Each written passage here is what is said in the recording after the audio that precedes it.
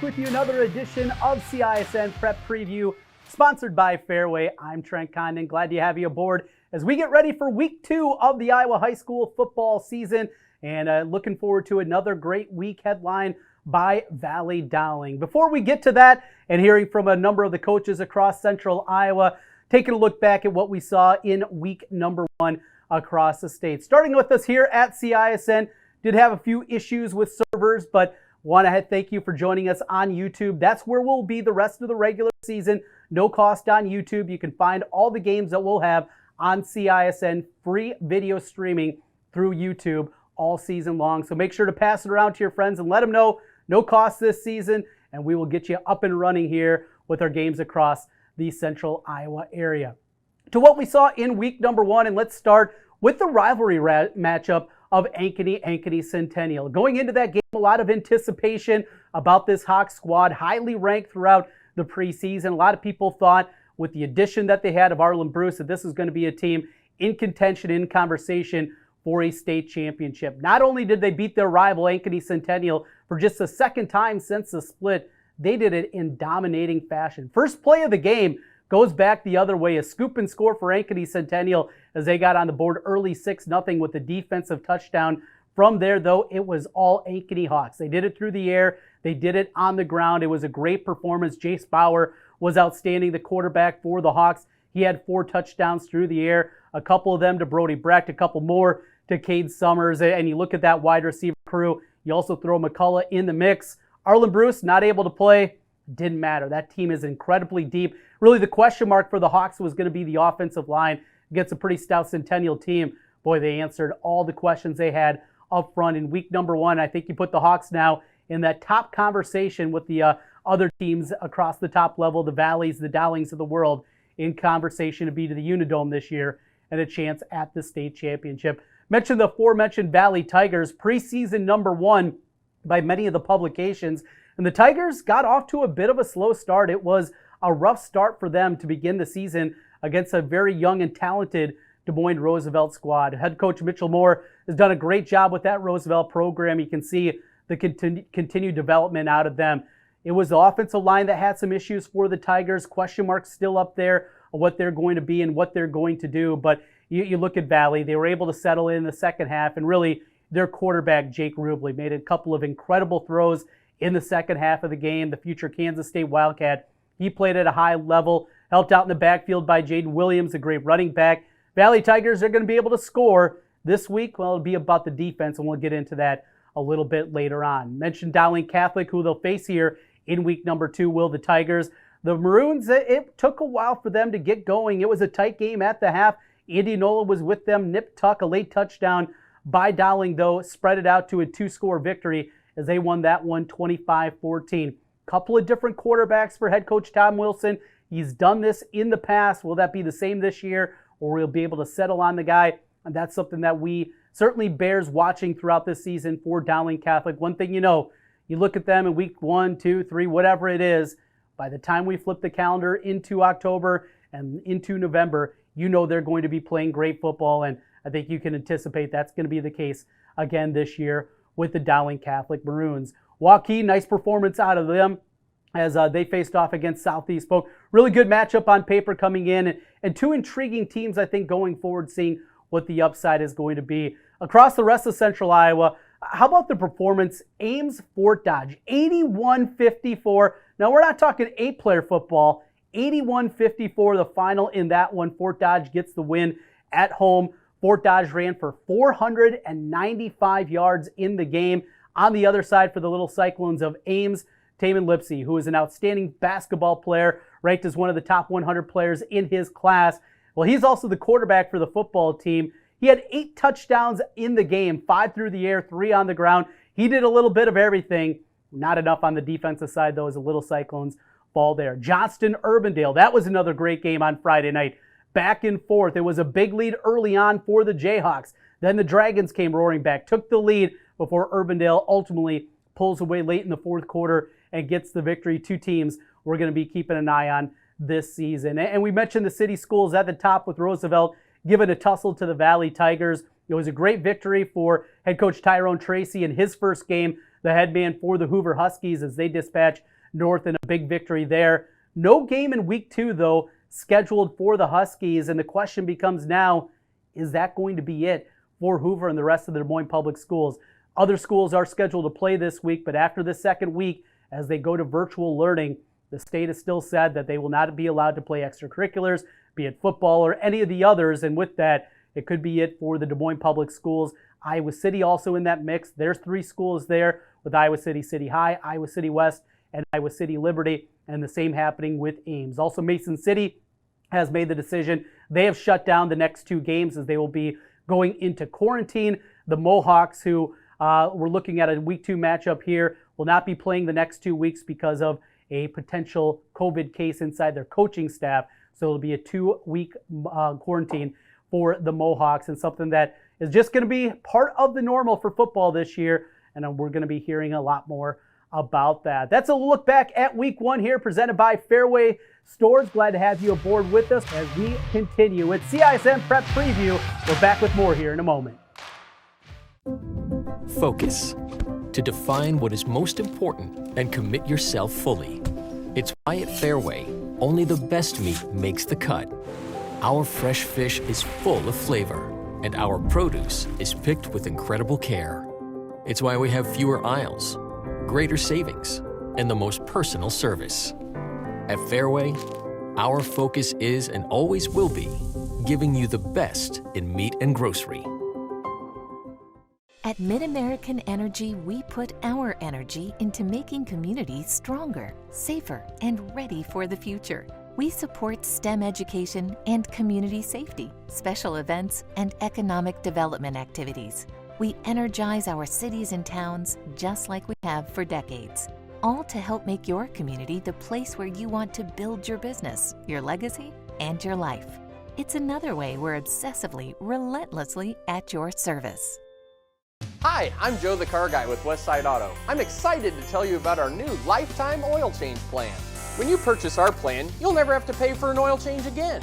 If you get a different car, simply transfer the plan over. If that car's oil needs are different than your original plan, just pay the difference. It couldn't be simpler. You won't have to worry about inflation or prices going up. Give us a call at Westside Auto Pros to get details on the lifetime oil change plan. And remember, when I say lifetime, I mean your lifetime, not just your car's. Central Bank is proud to support the unmatched spirit of sportsmanship and hard work exemplified by our local athletes. We're fans of high school sports and the way the big game and hometown team rally a community. Best of luck to all of today's competitors. Play hard, have fun, and make something great happen. Central Bank, member FDIC. In Iowa, we grow corn, but to us, corn is more than a cash crop. It's part of who we are. Corn supports our livestock, helping our animals thrive. Corn fuels us. Ethanol powers our state as we push towards a clean, burning future. Corn nourishes us. It gives us an abundance of good food that nourishes our families, helps our student athletes grow stronger. In Iowa, we grow corn, but the truth is, corn grows Iowa.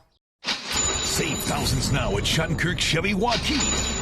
15% off 2020 Equinox and 2020 Trax, or 0% for 84 months. 15% off 2020 Sonic and 2020 Spark. WaukeeChevy.com. 12% off 2020 Blazer. 10% off 2020 Colorado. Up to $15,000 off new 2020 Suburban. We're in a position to give you more for your trade. As always, we're a partner you can count on. Schottenkirk Chevy Waukee. WaukeeChevy.com.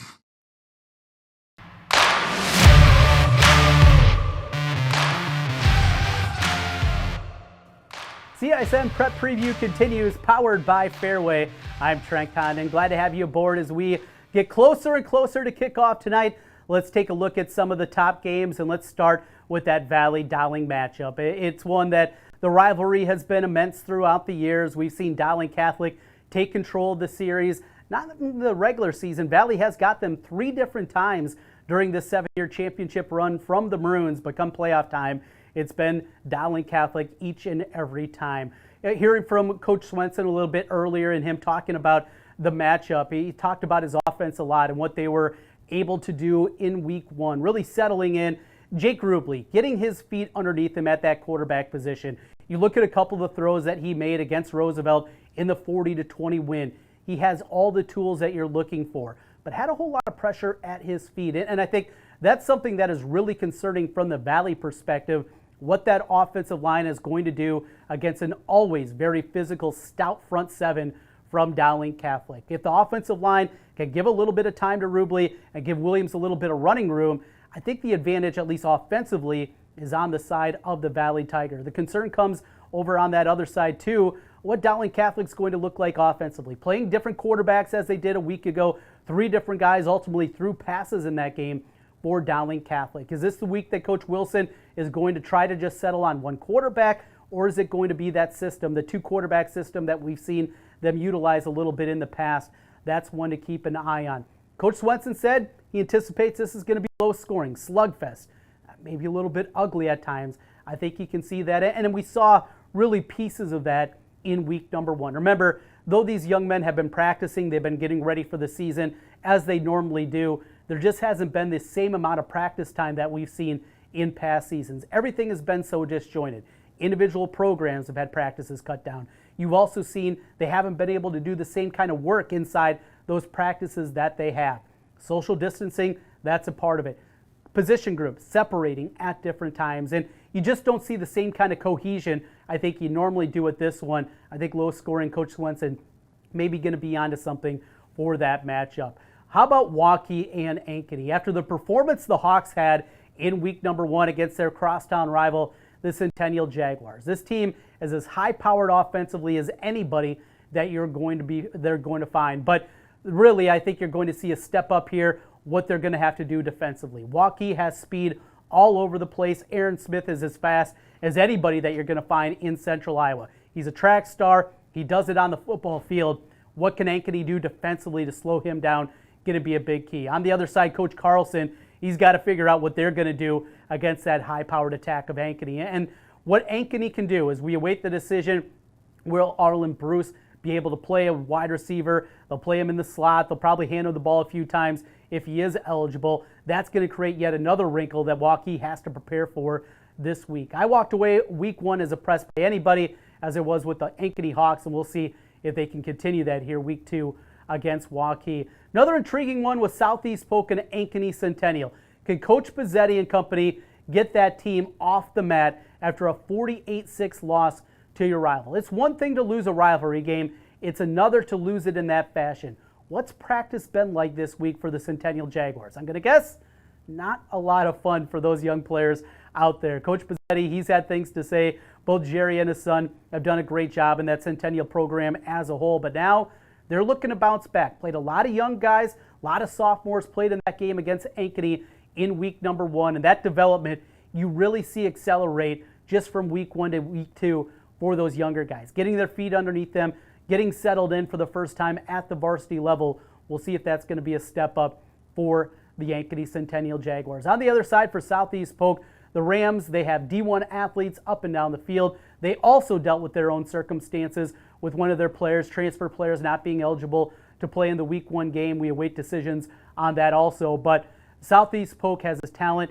Xavier Nwankpa is as talented of players you're going to find. He's a high-level athlete. Daly at the quarterback position. A lot of good pieces there for Southeast Polk, and one that both these teams feel like they need to get on the right side of things in week 2. I think that one should be a lot of fun. Just some of the games we're keeping an eye on here in week number 2. It continues with more than just that, though. Some other games in Central Iowa. It'll be Urbandale and Ames. For Ames, possibly the Little Cyclones' final game, as they will have to shut it down as they will go to completely virtual learning after this week. Des Moines East against Roosevelt, an all-city matchup. That'll be played over at Drake Stadium in Central Iowa. Johnston will be hosting Des Moines Lincoln. We'll be keeping an eye on that one tonight. Norwalk, Indianola, a little bit to the south of Warren County matchup. That should be really, really, really good there. Indianola, I think, really opened some eyes, even in a loss, is what they did against Dowling Catholic a week ago. Those will be some of the games we'll be watching across Central Iowa tonight. We have you covered with 3 different games. Ankeny, Waukee. You can catch that one here on CISN on the YouTube page. Southeast Polk, Ankeny, Centennial, and of course the big one. It's Valley Dowling and all the coverage here at no cost on YouTube with CISN. Make sure to let everybody know that that's where they can find it. It's powered by Fairway. That'll do it for Prep Preview here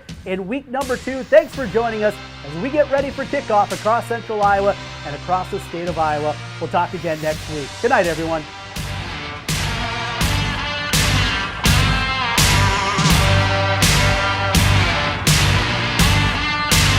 Picture-perfect night for football in Pleasant Hill. The setting for an exciting matchup between the Ankeny Centennial Jaguars and the 4th-ranked Southeast Polk Rams.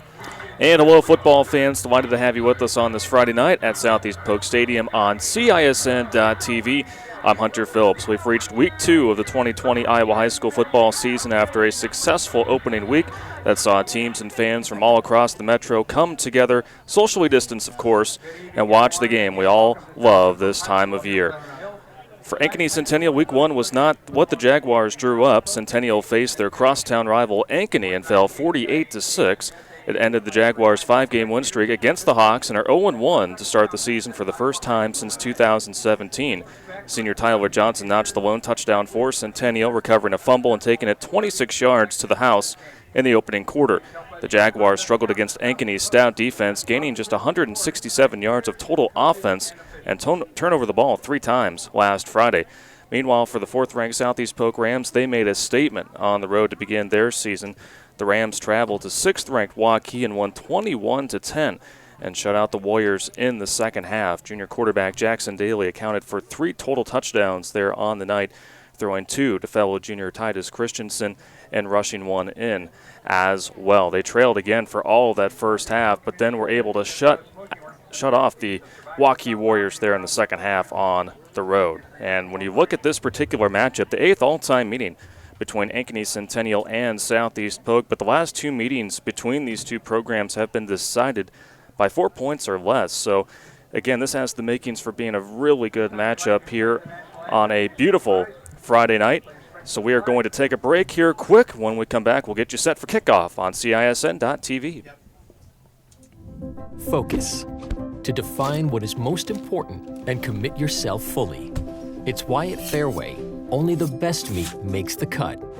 Our fresh fish is full of flavor, and our produce is picked with incredible care. It's why we have fewer aisles, greater savings, and the most personal service. At Fairway, our focus is and always will be giving you the best in meat and grocery.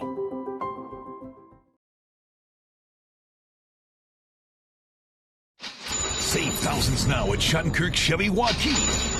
15% off 2020 Equinox and 2020 Trax, or 0% for 84 months. 15% off 2020 Sonic and 2020 Spark. WaukeeChevy.com. 12% off 2020 Blazer. 10% off 2020 Colorado. Up to $15,000 off new 2020 Suburban. We're in a position to give you more for your trade. As always, we're a partner you can count on. Shattenkirk Chevy Waukee. WaukeeChevy.com.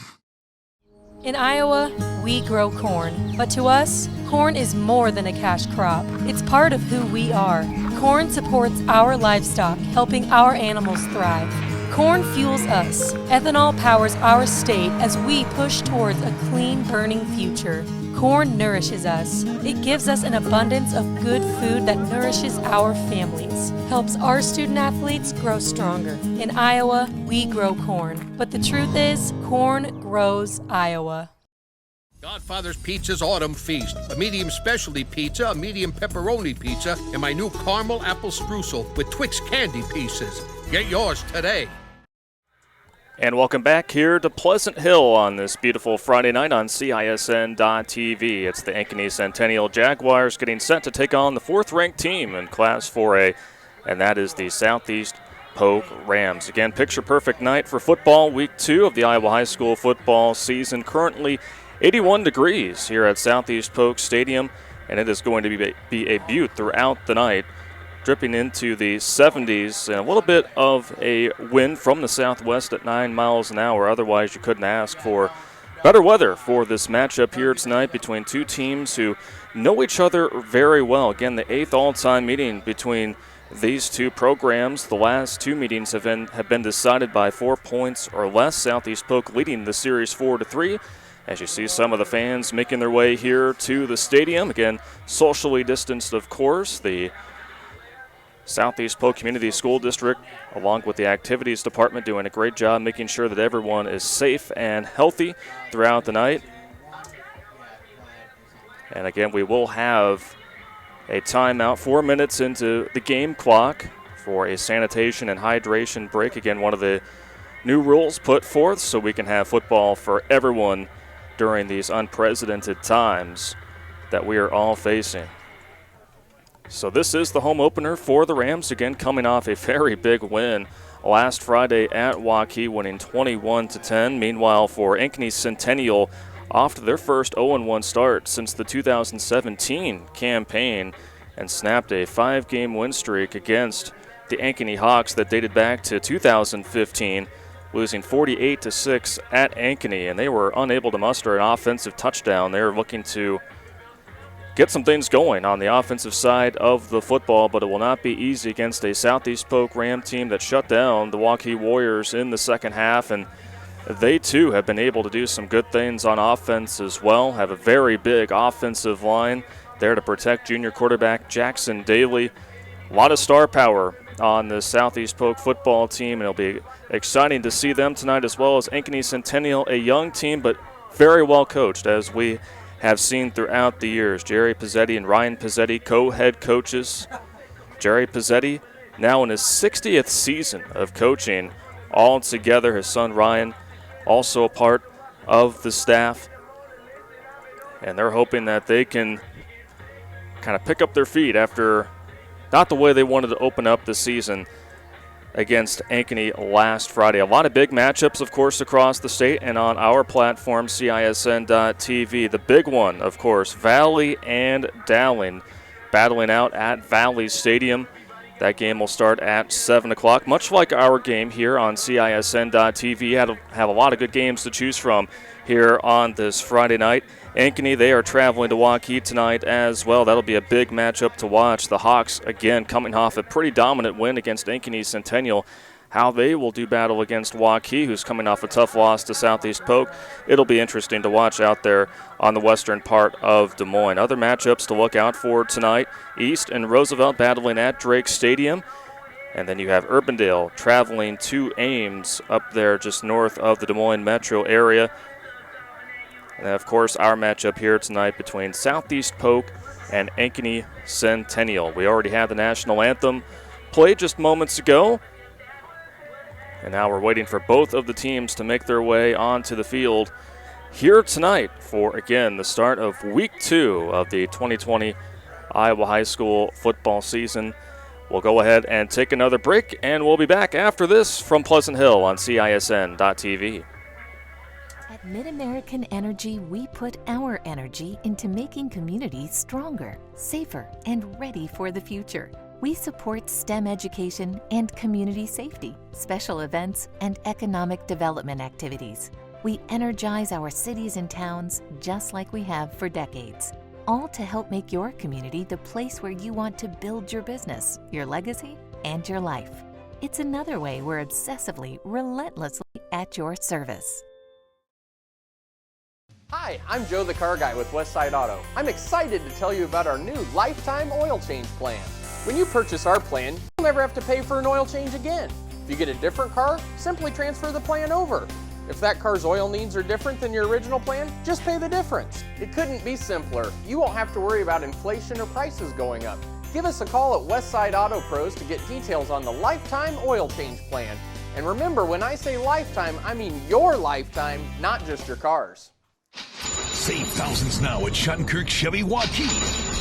15% off 2020 Equinox and 2020 Trax, or 0% for 84 months. 15% off 2020 Sonic and 2020 Spark. WaukeeChevy.com. 12% off 2020 Blazer. 10% off 2020 Colorado. Up to $15,000 off new 2020 Suburban. We're in a position to give you more for your trade. As always, we're a partner you can count on. Schottenkirk Chevy Waukee. WaukeeChevy.com.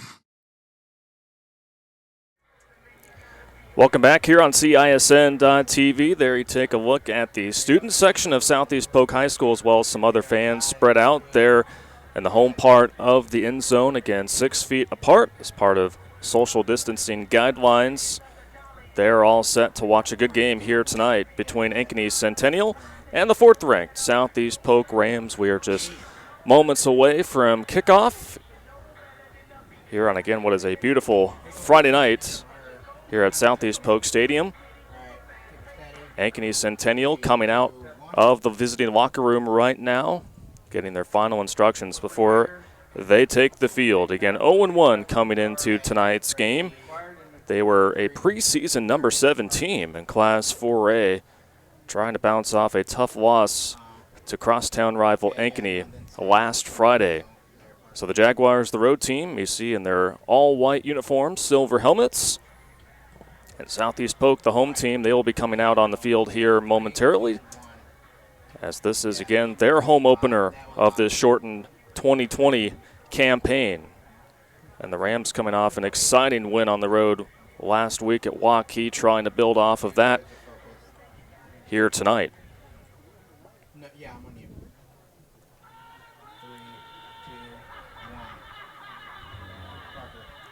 So now the Rams are moments away from coming out on the field, a veteran-laden squad, but they also have some talented juniors as well. We will touch on them throughout the night, but there is a lot of excitement and a lot of buzz around this football team right now.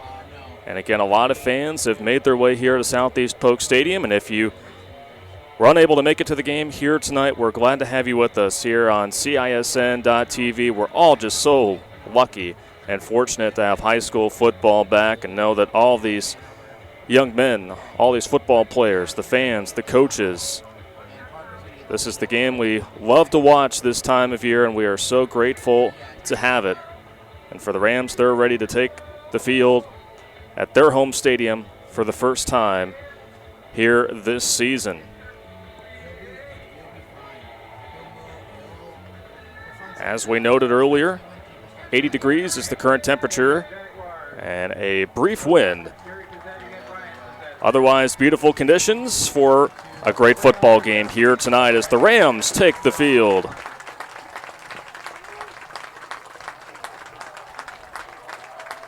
Southeast Polk, the 4th-ranked team in Class 4A, led by Brad Zelenovich, now in his 6th season as the head coach of the Rams, was a longtime assistant. Then took the head coaching job for Ankeny, but now is here at Southeast Polk and is building a very good program for the Rams. So the players making it to the sidelines. We'll have our coin toss here. And again, just one player for each team is allowed to go to center field for the coin toss. It will be Jackson Daly. There you see on your screen on the right side, number 15 for Southeast Polk. And then Trey Hansen, number 3, out there to meet our head referee. Brad Bunting is our head referee tonight in the white cap.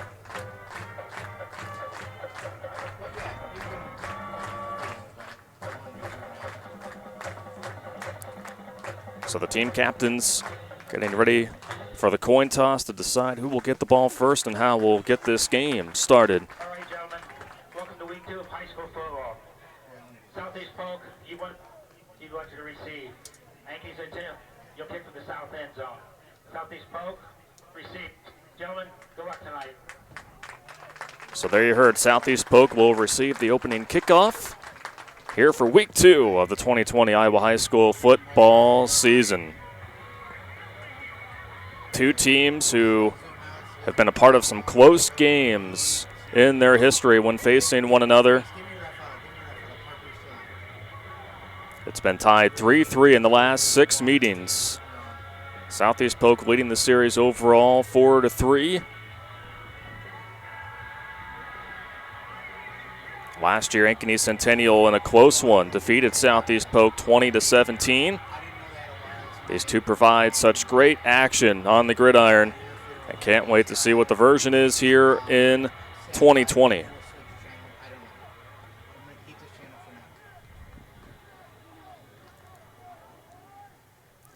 Scott Talmadge, senior kicker, will boot this one off here momentarily. Southeast Polk back to receive it. Titus Christensen, one of the Rams back there.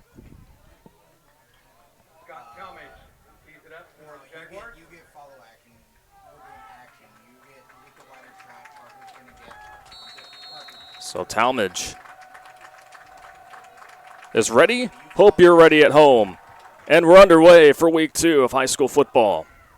Christensen receives it at the 10, far side, cuts to the middle. Christensen still on his feet. A very good return to start the night for Southeast Polk as they will set up shop just inside the 35-yard line.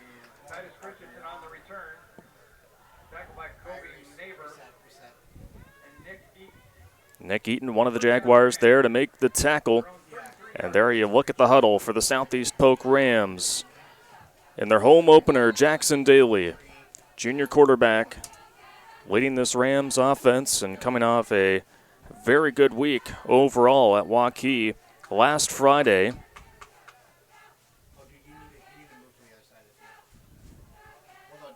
Accounted for 3 Rams touchdowns, 2 in the air, 1 on the ground. Play action. Daly rolling off. Nowhere to go downfield. Tucks and runs. It gets it past the 40-yard line. So a very good run on first down for Jackson Daly. Daly ran for 46 yards in the win against Waukee last Friday. Zach English making the stop for Ankeny Centennial. 3 receiver setup coming for Southeast Polk.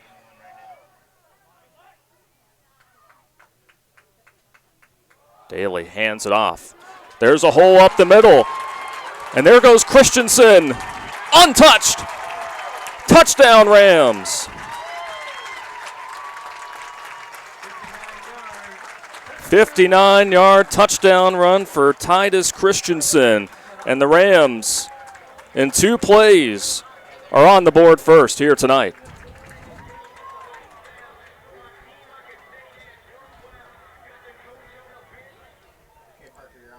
Christensen had 91 rushing yards against Waukee last Friday and gets off to an explosive start here tonight. Extra point on the way, and it is good for the Rams.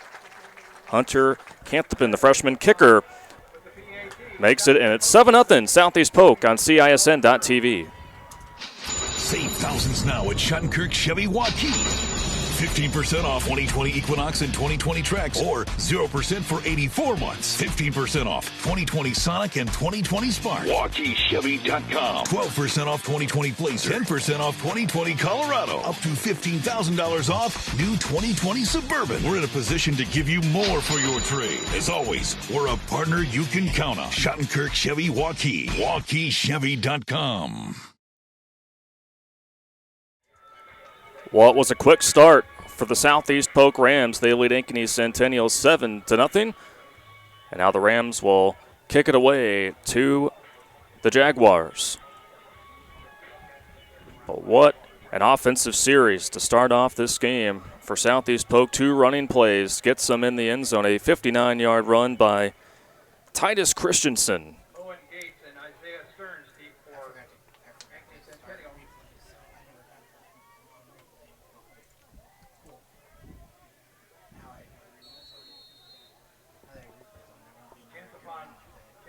Hunter Canthopin sends it away for the Rams. Now we'll see what the Jaguars do on this return. Received at the 10, and not much going for the Jaguars. Isaiah Stearns, the junior, returning that one back. And now we'll see if the Jaguars are able to respond after giving up a touchdown in the opening series of the ball game. But it will not be easy against a Southeast Polk defense that had an excellent second half against Waukee last Friday. J.J. Cole The tall 6'6" sophomore quarterback under center for the Jaguars as they take over at the 19.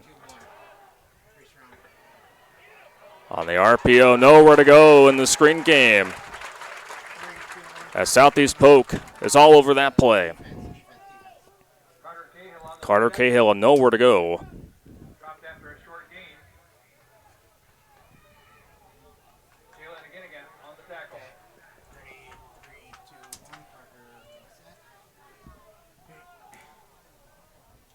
So that makes it 2nd and 7 for the Jaguars.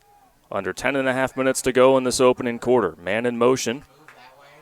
Give off to the right, and not much going for Trey Porter.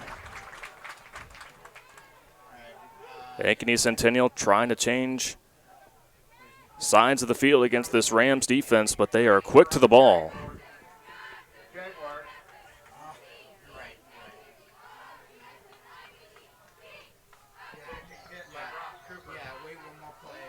So now 3rd and 8 for the Jaguars, who are already down 7-0 to Southeast Polk.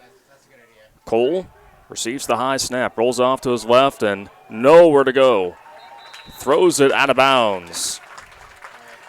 So Southeast Polk's defense is able to muster a 3-and-out, and now the Jaguars are going to have to punt this one away.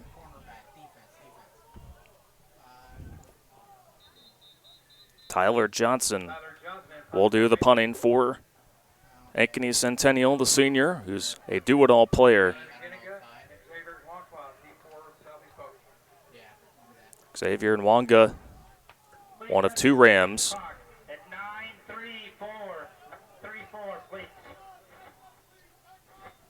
You heard our head referee. They reset the game clock to 9:34.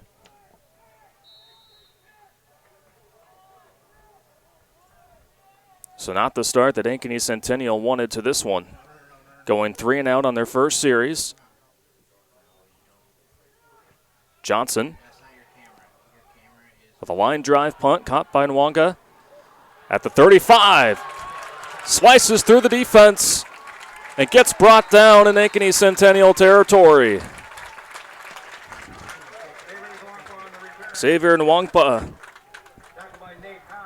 who is such a fast and electric athlete, got through the initial line of defense of the Jaguars, and luckily they were able to bring him down. But another very good return we have seen out of the special teams unit of Southeast Polk, who will take over at Ankeny Centennial's 36-yard line. It took 2 plays for the Rams to get into the end zone on their first series, and it was all on the ground. 4-receiver set for the Rams. Nwangpa up the middle. Brought down inside the 30. Good open field tackle.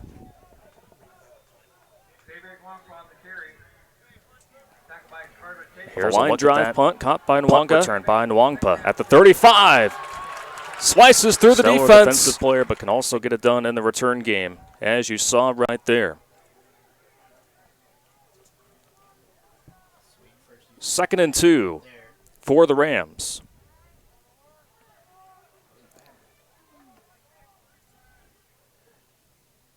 Daly making a change at the line.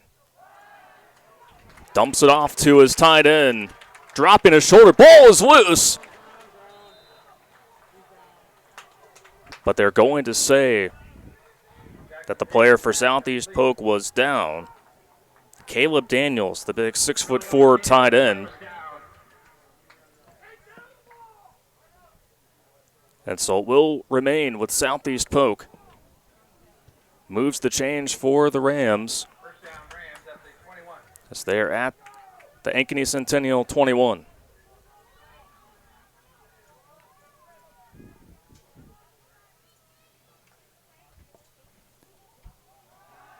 Daly had an option. The pass falls incomplete. Isaiah Emmanuel, 6'3" senior wideout, was the intended target.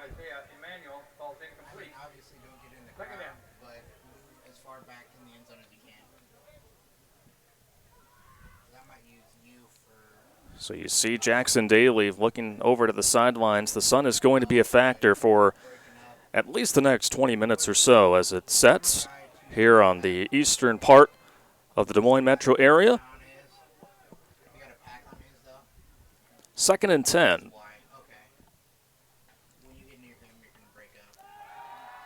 Daly rolling off to his left. No options downfield and gets a minimal gain. It'll be 3rd down. Jackson Daly rolls out and keeps it for a gain of a yard. So for Ankeny Centennial, they're looking to make a big stop here to try to possibly limit the Rams to 3 points. Meanwhile, for Southeast Polk, they're trying to keep the pressure on, movement at the line. And that will move the ball up a few yards for the Rams as Jackson Daly gets the Jaguars to jump early. Offside, defense, number 44, 5-yard penalty, remains, 3rd down. Brody Taggart, sophomore defensive end, the guilty party. Makes it 3rd and 4 for Southeast Polk on their 2nd possession here in the 1st quarter.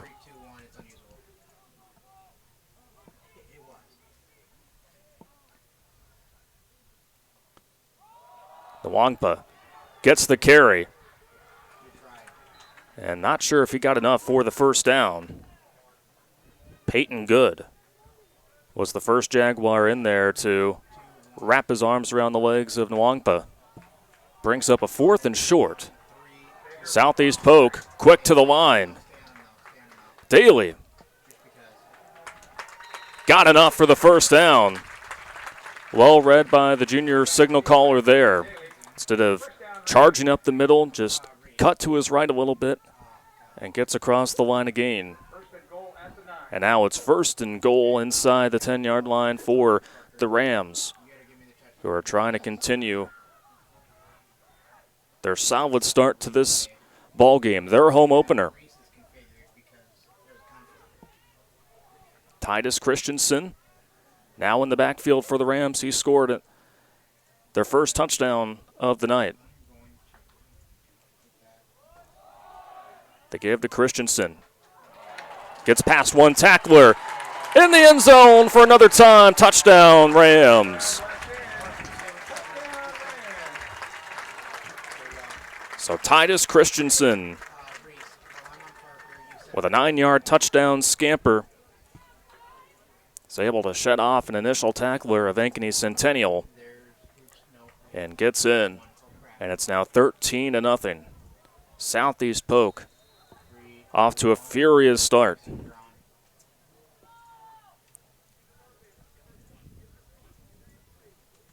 The extra point on its way, and it is no good. But Southeast Polk is able to get another touchdown on the board. 13-0 Rams on CISN.TV.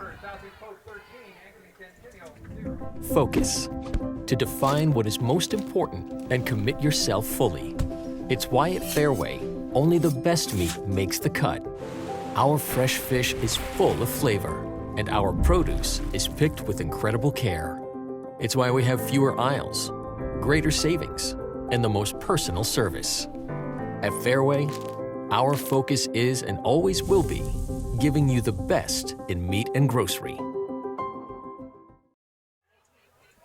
6:29 to go here in the 1st quarter. It is 13-0. Southeast Polk ahead of Ankeny Centennial. And it is 2 rushing touchdowns for Titus Christensen that have put the Rams up early here in this contest. On the 2nd play of scrimmage for the Rams, Christensen darted for a 59-yard touchdown run at the 11:03 mark. And then most recently, Christensen, with his first carry of the 2nd series, scored on a 9-yard run. And that was set up nicely by just the depth of this Southeast Polk offense with a variety of run and pass plays, but initially set up by a great return by Xavier Nwangpa, returning a punt inside the 40-yard line. So Southeast Polk on their home opener off to a good start. Meanwhile, for Ankeny Centennial, as we are currently in our official timeout right now. Once again, a sanitation and hydration break every 4 minutes of game clock. The Rams coming back out on the field to resume play. But again, for Ankeny Centennial, they went 3 and out in their first series, trying to get something going against one of the hottest teams in Class 4A, Southeast Polk.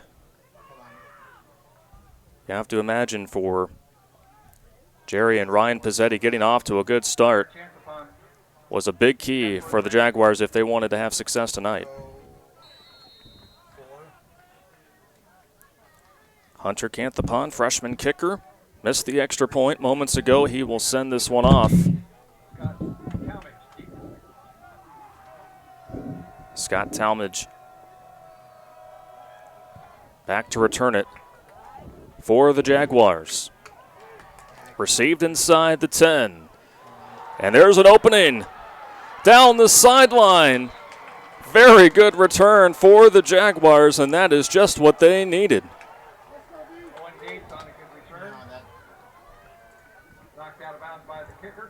Owen Gates, the junior running back, doing a great job taking it to the 41-yard line. That's where they will down him after receiving it inside the 10. So a 30-plus yard return for Ankeny Centennial. See if that is just what they needed to kickstart their offense, who didn't get much going in the opening series. Nice misdirection play. And a gain of 10 for Trey Porter. But we do have a flag. And we'll see if this is going back for Ankeny Centennial.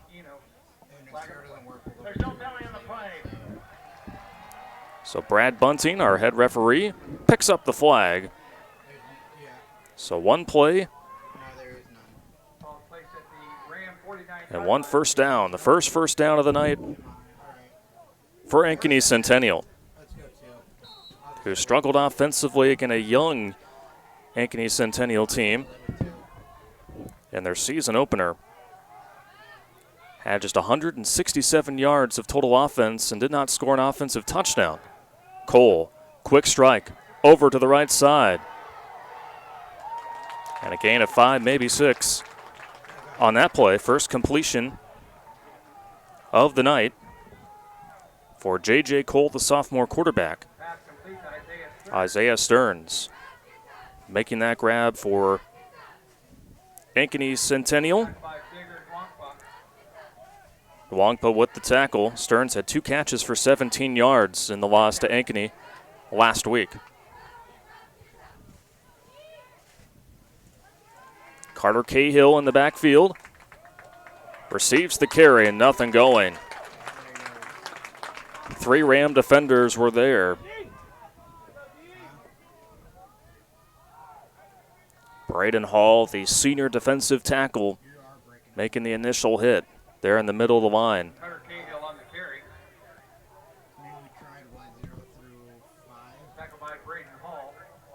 So now 3rd and 6 with under 5 minutes to go in the opening quarter for Ankeny Centennial. Down 13-0, desperately need to get something going here.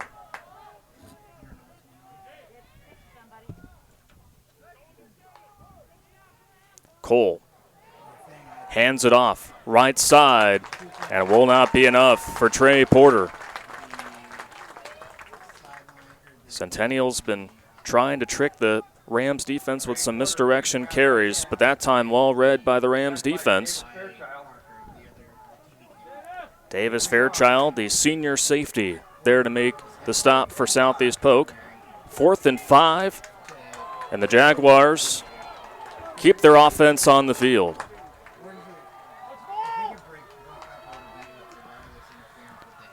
Cole in the shotgun, throws to his left, caught. Nwangpa with a strong tackle, and it will not be enough for the first down, and Southeast Polk will take over. Isaiah Stearns made the catch, but if you're going to throw it to number 5, That is a dangerous proposition for your wideout because Nwangpa is such a strong tackler, one of the top recruits in the entire country, just a junior for the Rams. Makes a big play there, and now they will take over. The Rams will for their third offensive series on the night. They've scored on the opening 2 series. They have both been rushing touchdowns by Titus Christensen, who was in the backfield, with fellow junior Jackson Daly. Ball is at the 42. Awkward snap. Daly somehow is able to grab it, but it'll be a big loss. So an errant snap leads to a big loss.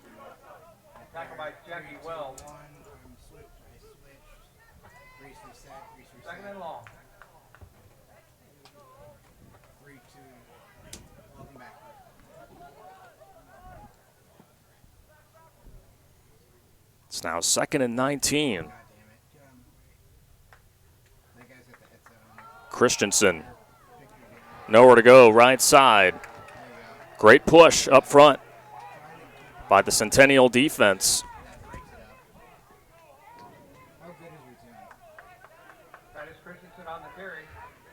Keegan Andriando, one of 3 Jaguars in there to make the stop.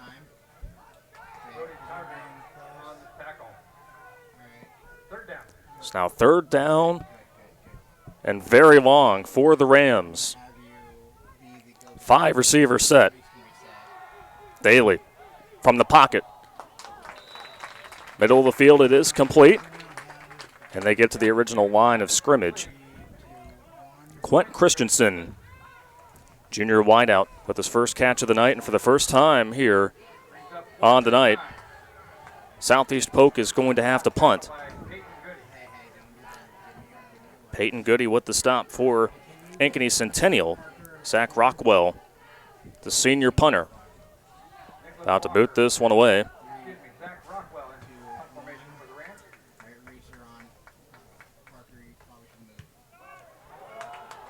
And a nice punt. Takes a Southeast Polk bounce. They have to race before it gets into the end zone. And they will down it at the 1.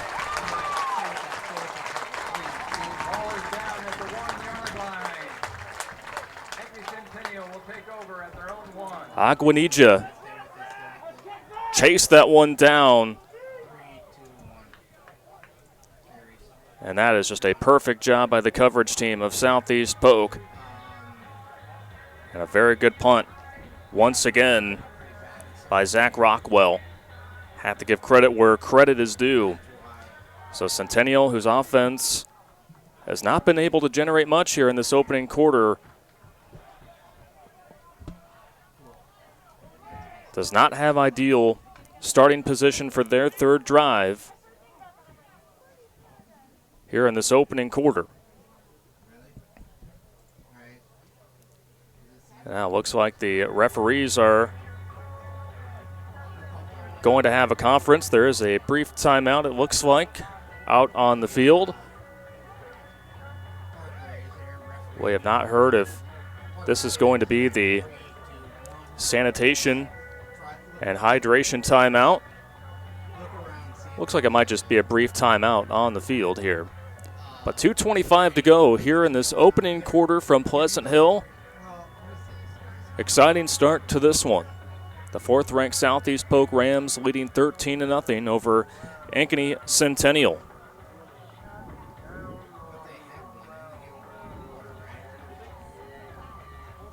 It's now the Centennial offense who was able to get a first down in their last drive. We'll try to get something going here.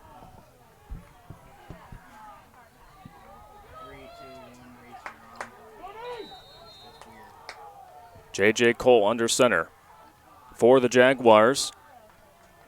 Runs with it, tries to gain as much as he can. But Southeast Polk does not allow much. It'll be 2nd down and 9. Cole sprinting back over to the sideline to get the play.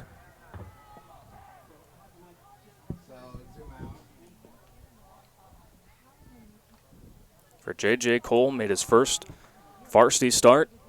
Under center for the Jaguars last week, went 8 for 13, threw for 72 yards. Did not throw a touchdown or an interception. But this spells trouble. See what we got here. No gain on the play for Ankeny's Centennial. Southeast Polk was signaling as though they created a safety. So that will make it 3rd and 10 for Ankeny Centennial. Playing from inside their own end zone.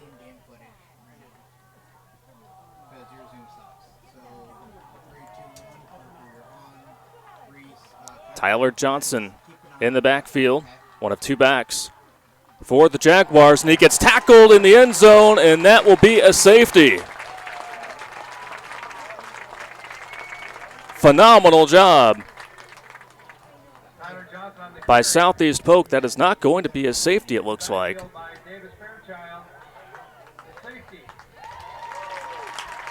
It is a safety. Official confirmation right there. Davis Fairchild, number 22, he made the stop and flexed after tackling Tyler Johnson in the end zone. So a safety makes it 15-0.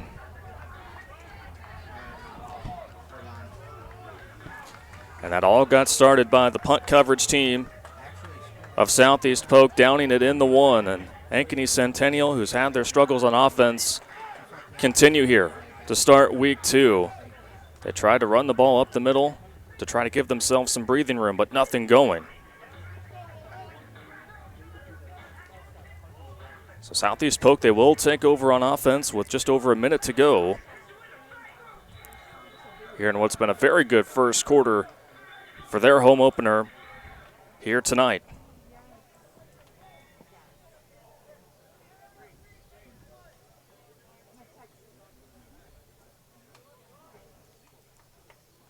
So Centennial about to boot this one away after giving up a safety. Titus Christensen and Wongpa back to recover. And let's take a look at one final replay we will here of how that safety occurred once the Rams take over. Just a really good job by the Rams defense. Scott Talmadge to kick for Ankeny Centennial. Southeast Polk has done a good job in the return game. Here to open up this contest, Christensen fields it at the 35. Crosses the 50 and is down at the 45-yard line. Another very solid return for Southeast Polk. And let's take a look at how they got that safety one more time. Ankeny Centennial was deep in their own territory, and just a thump of a tackle there from Davis Fairchild. He has been all over the place for Southeast Polk here to begin this contest, as evidenced right there. And you saw there was a late confirmation by our head referee, but it was in fact a safety. No doubt about it right there. So back live under a minute to go in this opening quarter. The Rams offense is back out on the field. The give is to Christensen.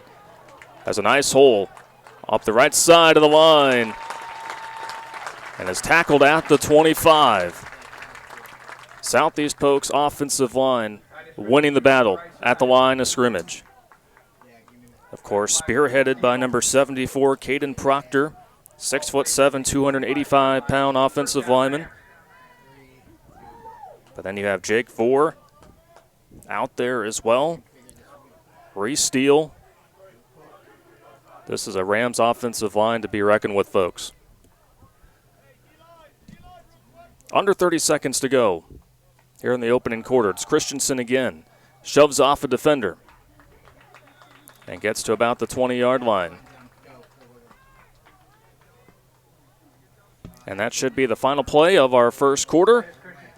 Couldn't ask for a better start for the Southeast Polk Rams squad, the fourth-ranked team in Class 4A in their home opener. Leads 15-0 after the first quarter. We'll be back with the second quarter after these messages on CISN.TV. Hi, I'm Joe the Car Guy with Westside Auto. I'm excited to tell you about our new lifetime oil change plan. When you purchase our plan, you'll never have to pay for an oil change again. If you get a different car, simply transfer the plan over. If that car's oil needs are different than your original plan, just pay the difference. It couldn't be simpler. You won't have to worry about inflation or prices going up. Give us a call at Westside Auto Pros to get details on the lifetime oil change plan. And remember, when I say lifetime, I mean your lifetime, not just your car's. Hi, I'm Chris from Fireplace Superstore, and this has been a crazy year. We might just run out of furniture. But we still have a great selection right now. We have wicker, we have fire pits, we have poly, and if you want something for your deck this year, you should come see us right now. Still have the greatest selection in Iowa at the best prices. Fireplace Superstore, 109th and Douglas, just west of Homeacres.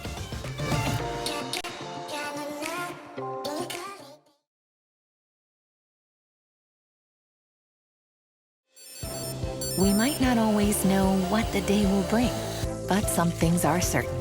The sun will rise and your lights will go on. That's because at Mid-American Energy, we're obsessively, relentlessly committed to providing you energy when and where you need it, to connecting with you and keeping our communities safe and strong. Because the most important thing we put our energy into is you. We're obsessively, relentlessly at your service. Godfather's Pizza's Autumn Feast. A medium specialty pizza, a medium pepperoni pizza, and my new caramel apple streusel with Twix candy pieces. Get yours today. Back underway here on CISN.TV. We've reached the second quarter. Southeast Polk, the fourth-ranked team in Class 4A, off to a very good start, leading 15-0 and have the football back inside Centennial territory.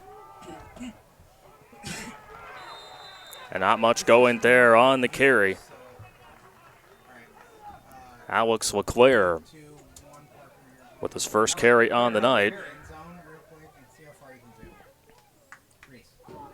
If you're just joining us, Southeast Polk on their second play of scrimmage, scoring a 59-yard touchdown. That run courtesy of Titus Christensen at the 11:03 mark.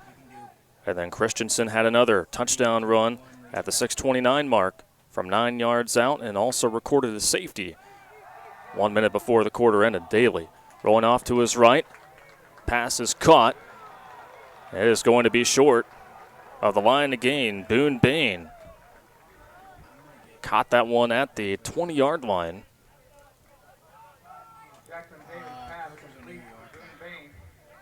It'll bring up fourth down for the Rams, who are 1 for 1 on fourth down conversions here tonight. This time, 4th and 4 from the 19.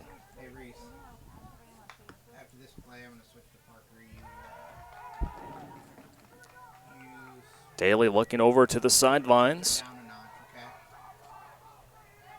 Makes the change at the line. The give is to Christensen. Has room off to the left. Gets the first down and more. Can he get another one? Yes, he can. Touchdown, Rams.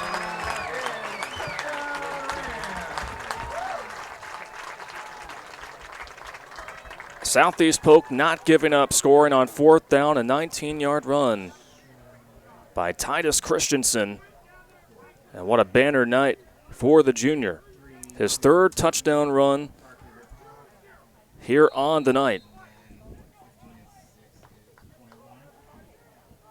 Now Hunter Canthapon out to attempt the PAT. Missed his last attempt, but that one is good for the freshman. And that makes it a 22-0 lead for Southeast Polk here on CISN.TV. Hi, I'm Joe the Car Guy with Westside Auto. Without question, the COVID-19 pandemic created many disruptive changes in our lives. Some of us got sick, jobs and income were compromised, it was difficult to even spend time with family and friends. But one thing hasn't changed, and that's Westside Auto Pro's commitment to quality service, and that will never change. We're here to make sure you get maximum performance and reliability from your vehicle. So as we all move forward, keep Westside Auto Pros in mind. You've been through enough. We'll make sure your car is the least of your worries. Well, now it's a hat trick for Titus Christensen on 4th down and 4. Christensen cutting off to the left, and he was off to the races, reaching the corner of the end zone for his 3rd touchdown run of the night. Dominant start for the Southeast Polk Rams. They lead 22-0 over Ankeny Centennial here in the early portion of the second quarter. Hunter Phillips, along with our hardworking crew here on CISN.TV. We're delighted to have you with us on this Friday night. As Southeast Polk sends this one off, we do have a score update from the Valley-Dowling matchup in West Des Moines. And Dowling Catholic winning 13-0 right now at the end of the first quarter. So a game that many are keeping their eyes on, and we also have that one for you on CISN.TV. Meanwhile, Ankeny Centennial trying to get some life on that side of the field. Very good return by the Jaguars. Keegan Adriano with the return, and we've seen some really good returns by both teams, trying to give themselves some good field position to start their drive. Well, for Ankeny Centennial, they did not have very good field position to start their last drive. In fact, they were inside their own 1-yard line, and that resulted in a safety and later a touchdown for Southeast Polk to pad their lead. But now the best field position of the night for the Jaguars. See what they can do here. Cole with a strong throw on 1st down up the middle. Pass is caught for a gain of 5 for Ankeny Centennial. Kobe Neighbor there to make the catch.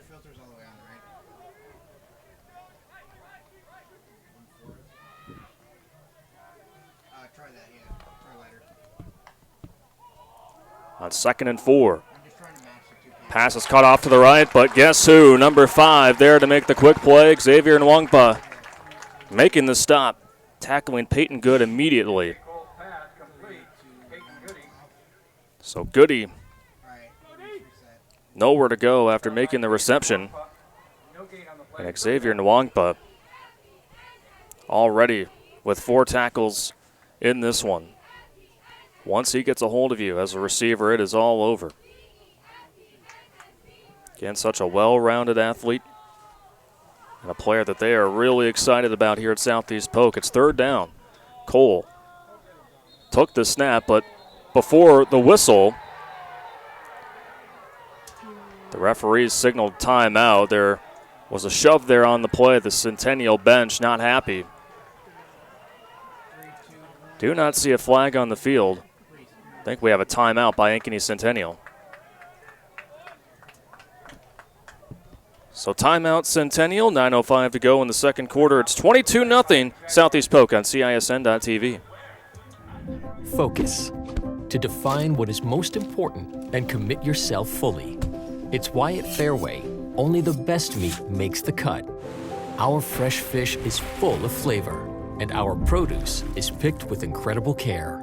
It's why we have fewer aisles, greater savings, and the most personal service. At Fairway, our focus is and always will be giving you the best in meat and grocery.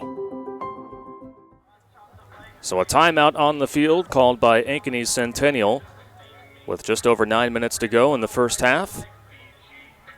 It'll be 3rd down and 4 upcoming for the Jaguars. Just before J.J. Cole, the sophomore quarterback, took the snap, a timeout was called quickly by the Centennial coaching staff. They did not like what they saw out there on that formation.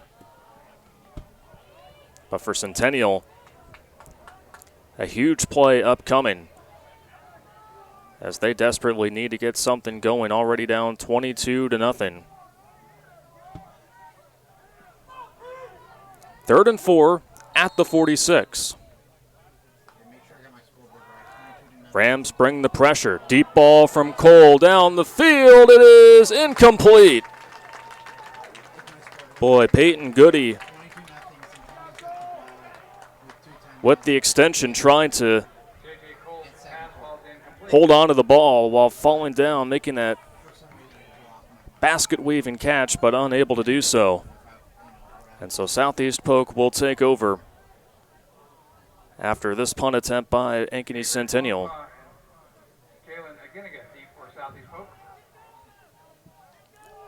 Jalen Aginiga and Xavier Nwangpa are the receivers for Southeast Polk. Tyler Johnson trying to pin the Rams deep. And it takes a hop out of bounds. That'll be inside the 15-yard line. So a good job by Johnson to try to back up the Rams, who will take over. They've only had one offensive series here to start this contest where they have not scored a touchdown. Scored on their first 2 series. All 3 of their touchdowns have come on the ground, and all by Titus Christensen.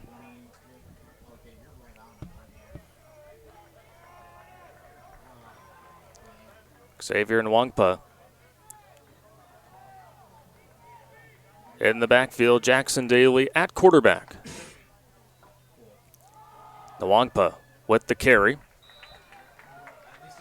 and gets a solid gain on first down. Nwangpa had 3 carries for 15 yards in the Rams' win over Waukee last Friday. Nwangpa, a preseason All-Iowa first-team selection, has picked up numerous college offers, including Iowa, Iowa State, Nebraska, Notre Dame, Oklahoma, and Florida, and the list continues to build for that young man. Daly, after some confusion, throws it, and it is caught and shoved out of bounds for the Rams. Quint Christensen. But there is a flag, and this might go back for the Rams. Boy, that throw was on the money from Jackson Daly.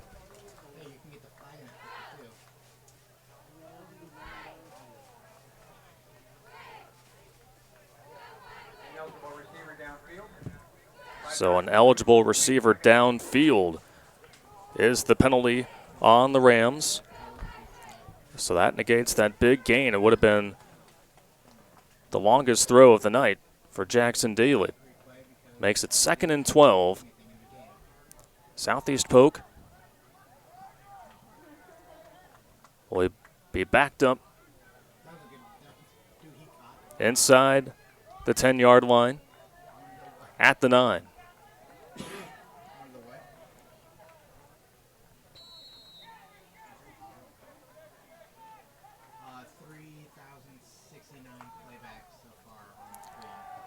Daly off the screen, finds his man, and that'll be close for a first down for Southeast Polk. Zach Thielen, junior wideout. And it will be enough for the first down. Thielen making his first catch of the night. Pretty good last name at the wide receiver spot.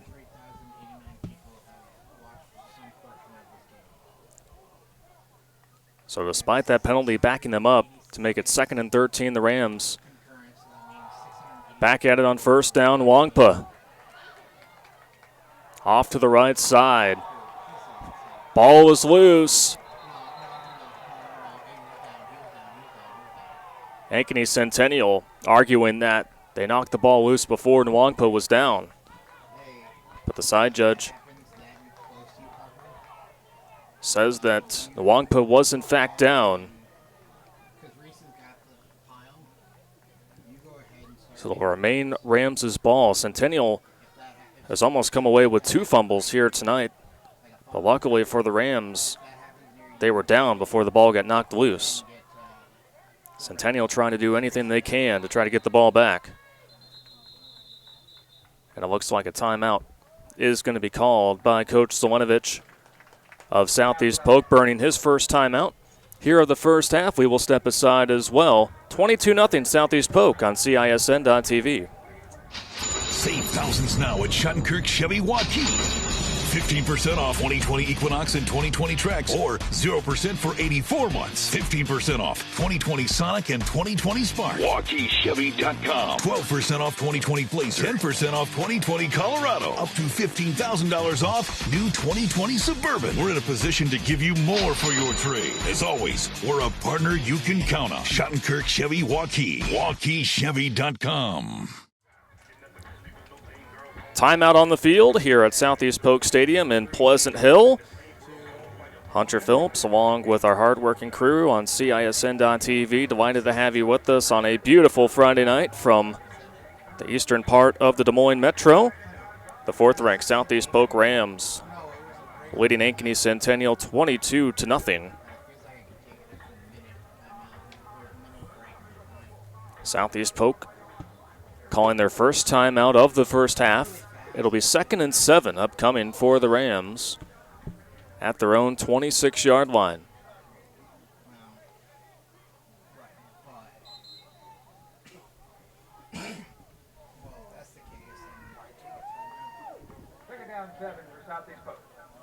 So out of the timeout, we'll see what the Rams draw up here.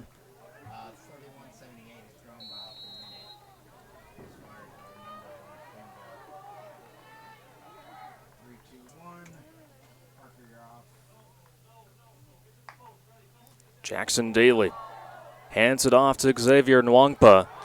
Goes off to his left, and there he goes. Nwangpa leaving them in the dust. Touchdown, Rams.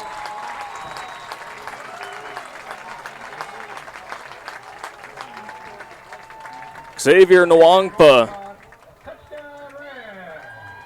with his first rushing touchdown of the season. And the points are starting to pile on for the Rams.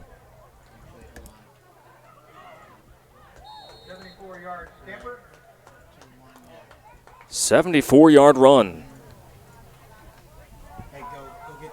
for Xavier Nwangpa. Extra point on its way is good for the Rams, who lead 29-0. Hot start to this home opener for the Rams here on CISN.TV. Hi, I'm Chris from Fireplace Superstore, and this has been a crazy year. We might just run out of furniture, but we still have a great selection right now. We have wicker, we have fire pits, we have poly, and if you want something for your deck this year, you should come see us right now. Still have the greatest selection in Iowa at the best prices. Fireplace Superstore, 109th and Douglas, just west of Homemaker. In Iowa, we grow corn, but to us, corn is more than a cash crop. It's part of who we are. Corn supports our livestock, helping our animals thrive. Corn fuels us. Ethanol powers our state as we push towards a clean, burning future. Corn nourishes us. It gives us an abundance of good food that nourishes our families, helps our student athletes grow stronger. In Iowa, we grow corn. But the truth is, corn grows Iowa. Welcome back here on CISN.TV. Here's a look at the fourth rushing touchdown of the night for the Southeast Polk Rams offense. This time, Xavier Nwangpa getting in on the party and showing off that speed as the Centennial Jaguars couldn't keep up with the junior all-round athlete. Gets in the end zone for his first score of the season, and that makes our score 29-0. A mishap for Centennial as they bobble the kick return. Kobe Neighbor there to retrieve the ball at the 25 and was down there by the Rams, who haven't given Centennial much when they have been on the field for offense. Just one first down for the Jaguars here in this first half. As we noted, a young Centennial team. There are going to be some growing pains in that process. J.J. Cole, dangerous pass. Broken up by the Rams. So that'll make it 2nd down and 10 for the Jaguars. We do have a score update once again from West Des Moines, Valley Dowling, one of the top rivalries in the entire country. Dowling leading 22-0. With 7:12 left to go in the first half, they were ahead 13-0 after the first quarter. Of course, that game again you can find on CISN.TV. But the Dowling Catholic Maroons, the defending state champs, with a dominant first half against the Tigers. Short gain for Centennial. Making the grab is Isaiah Stearns. Has a couple grabs here tonight. He's been a go-to option for sophomore quarterback J.J. Cole. Andrew Reed credited with the stop for Southeast Polk.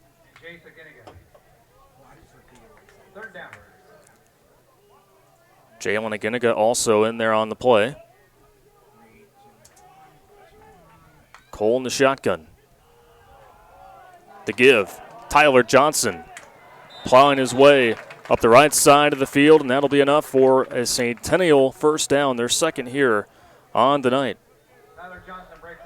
Boy, and that is someone that the Jaguars really need to get going if they want to put some points on the board and try to come back in this one. Johnson, a senior, preseason All-Iowa second-team selection. Rushed for 694 yards and 4 touchdowns last year. Is able to get the Jaguars the first down. Cole with plenty of time. Gets dropped for a loss. Braden Hall coming in to wrap his arms around the sophomore quarterback. And that is the first sack for this Rams defense.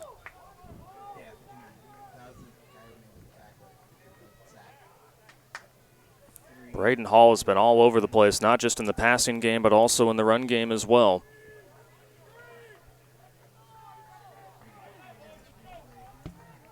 That makes it 2nd and 17 now for Ankeny Centennial. 4:30 to go in this first half. Pass is caught.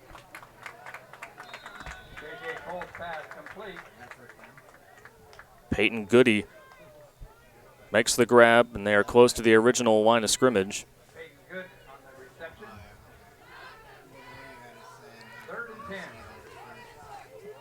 3rd and 10 now for Ankeny Centennial.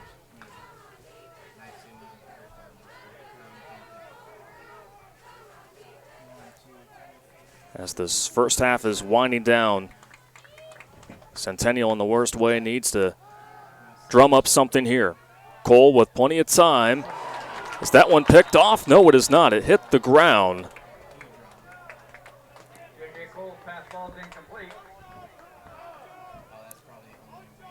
Jay Seguingua,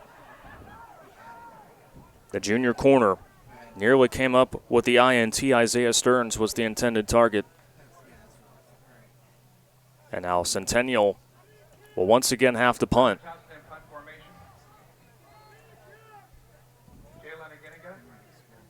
Jalen Aginiga, as well as Xavier Nwangpa. Back deep to return for the Rams. But the whistle from the referee stops play.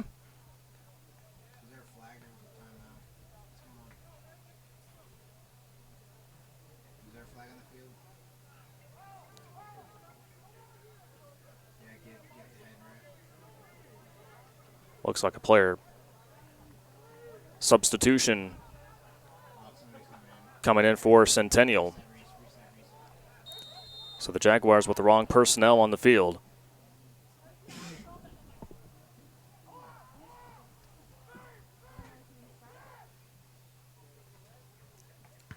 Johnson punts it. Squibs in the air. Takes a Southeast Polk bounce. Centennial will down it inside the 40-yard line. So Southeast Polk will get the football back with 3:36 to go here in this first half, leading 29-0.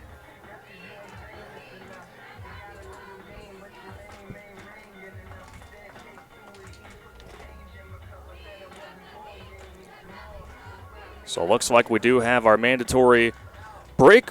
We'll step aside as well on CISN.TV. In Iowa, we grow corn. But to us, corn is more than a cash crop. It's part of who we are. Corn supports our livestock, helping our animals thrive. Corn fuels us. Ethanol powers our state as we push towards a clean, burning future. Corn nourishes us. It gives us an abundance of good food that nourishes our families, helps our student athletes grow stronger. In Iowa, we grow corn. But the truth is, corn grows Iowa. Save thousands now at Schottenkirk Chevy Waukee. 15% off 2020 Equinox and 2020 Trax, or 0% for 84 months. 15% off 2020 Sonic and 2020 Spark. WaukeeChevy.com. 12% off 2020 Blazer. 10% off 2020 Colorado. Up to $15,000 off new 2020 Suburban. We're in a position to give you more for your trade. As always, we're a partner you can count on. Schottenkirk Chevy Waukee. WaukeeChevy.com. Godfather's Pizza's Autumn Feast. A medium specialty pizza, a medium pepperoni pizza, and my new caramel apple streusel with Twix candy pieces. Get yours today. Back underway here late in the second quarter on CISN.TV. Jackson Daly throws it deep downfield. It's got a man. Christensen with the grab. Big gain in the air for the Rams offense. And now they have it inside the 20.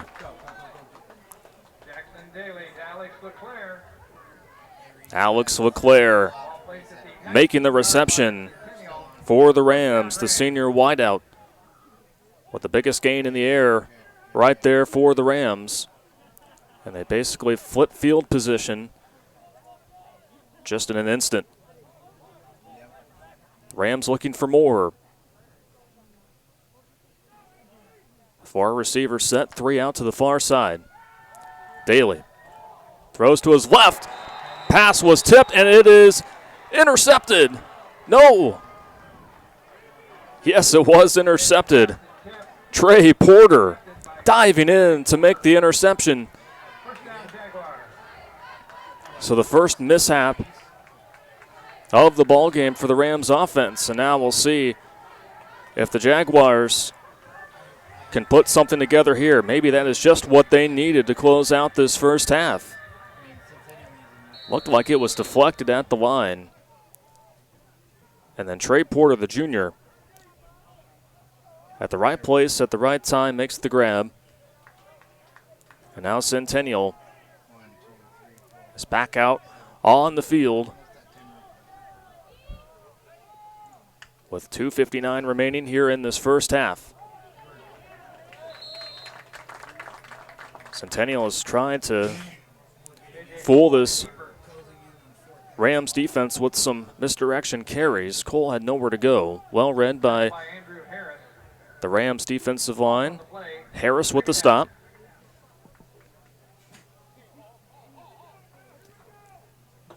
Centennial with just 2 first downs here in this first half. Also gave up a safety towards the tail end of the first quarter. But after getting the first turnover of the night, see if that can light a fire in this Centennial team. But the guy who just got the interception has nowhere to go again on the carry. That's Trey Porter. Going left side and loses yardage on that one.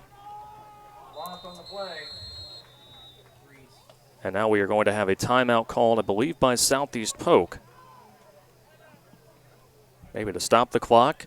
Timeout, Southeast Polk. So they look to try to score more, possibly. That's their mindset. We'll take a break. 2:02 to go here in the first half. 29-0. Southeast Polk on CISN.TV. Save thousands now at Schottenkirk Chevy Waukee. 15% off 2020 Equinox and 2020 Trax, or 0% for 84 months. 15% off 2020 Sonic and 2020 Spark. WauKeeChevy.com. 12% off 2020 Blazer. 10% off 2020 Colorado. Up to $15,000 off new 2020 Suburban. We're in a position to give you more for your trade. As always, we're a partner you can count on. Schottenkirk Chevy Waukee. WauKeeChevy.com. 3rd and a mile upcoming for Ankeny Centennial. Timeout called by Southeast Polk. They have 1 remaining in this first half. For head coach Brad Zelenovich, just trying to play the time game here, hoping that his defense can make yet another stop and his offense can get back on the field. Meanwhile, for Centennial, they're just trying to extend this drive. 3rd and 18 for the Jags. Cole with enough time, finds Stearns, and that'll be enough for an Ankeny Centennial first down. Trey Porter with the catch. Walkpa making the stop for Southeast Polk.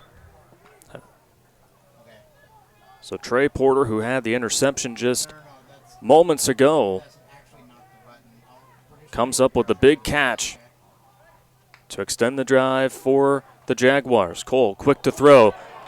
Tipped in the air, falls incomplete. Andrew Reed, junior linebacker, got his hands on it. Makes it 2nd and 10 for Ankeny Centennial.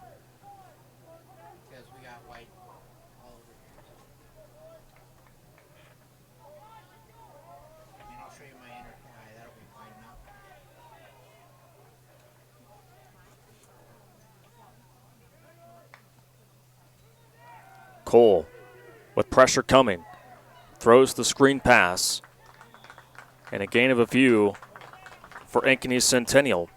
Carter Cahill made the grab. It'll make it about 3rd down and 7 for Ankeny Centennial as we are closing in on 1 minute to play here in this first half.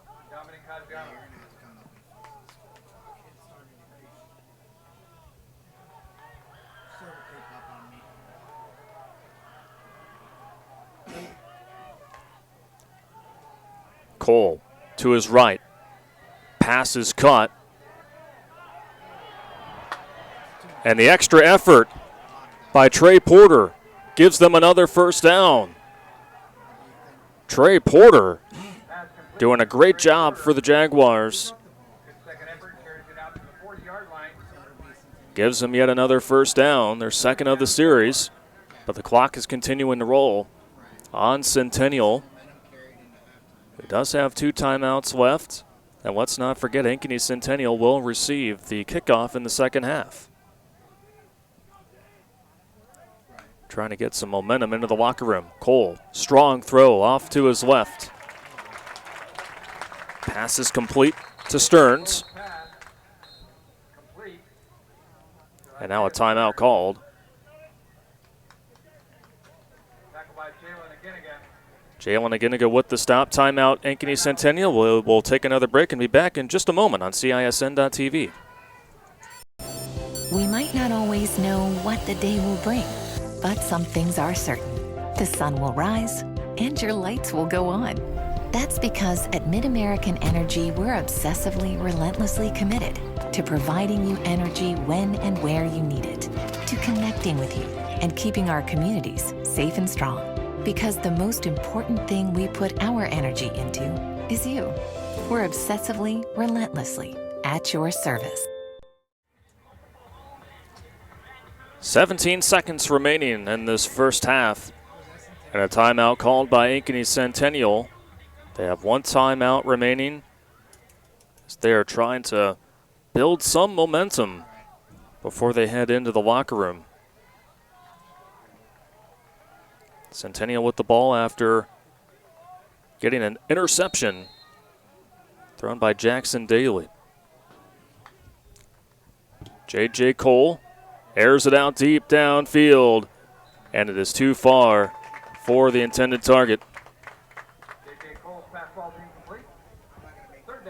Well covered by Jay Segwingba.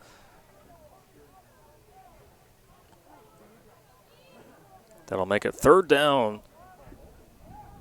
and 4 for Ankeny Centennial with 12 seconds now remaining here in this first half.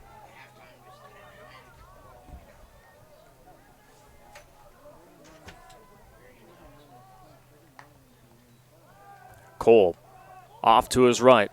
Pass is caught. Centennial trying to go out of bounds. Not sure they were able to there. Stearns with the catch.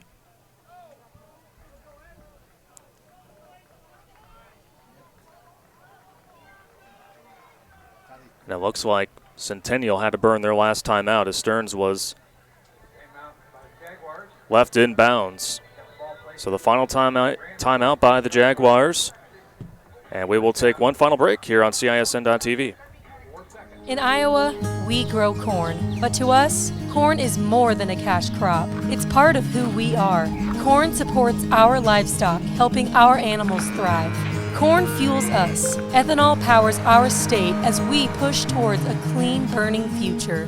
Corn nourishes us. It gives us an abundance of good food that nourishes our families, helps our student athletes grow stronger. In Iowa, we grow corn. But the truth is, corn grows Iowa. 4 seconds to go in the first half. Time for more than likely one final play here for Ankeny Centennial.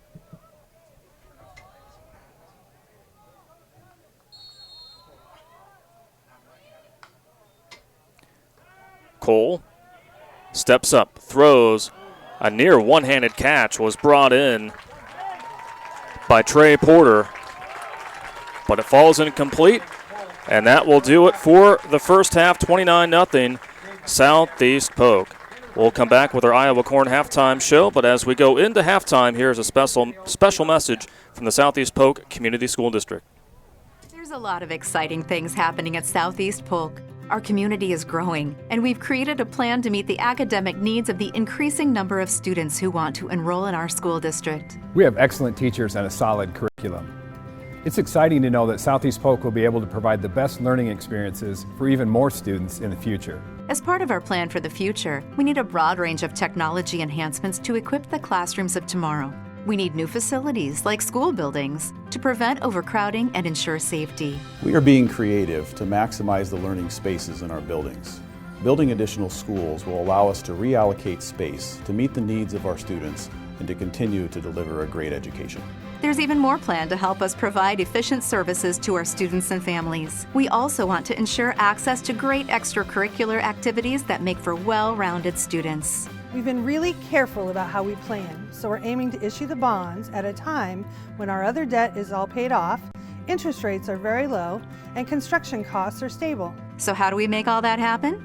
Simply put, legally, the district must receive permission from the voters to issue $92 million in general obligation bonds. The good news is there would be no additional burden on you, the taxpayer, to do so. We encourage you to take time and consider this plan to enhance the education of students in our school district. The official vote for the general obligation bond referendum is September 8th. For more information, visit our website or contact a school board member.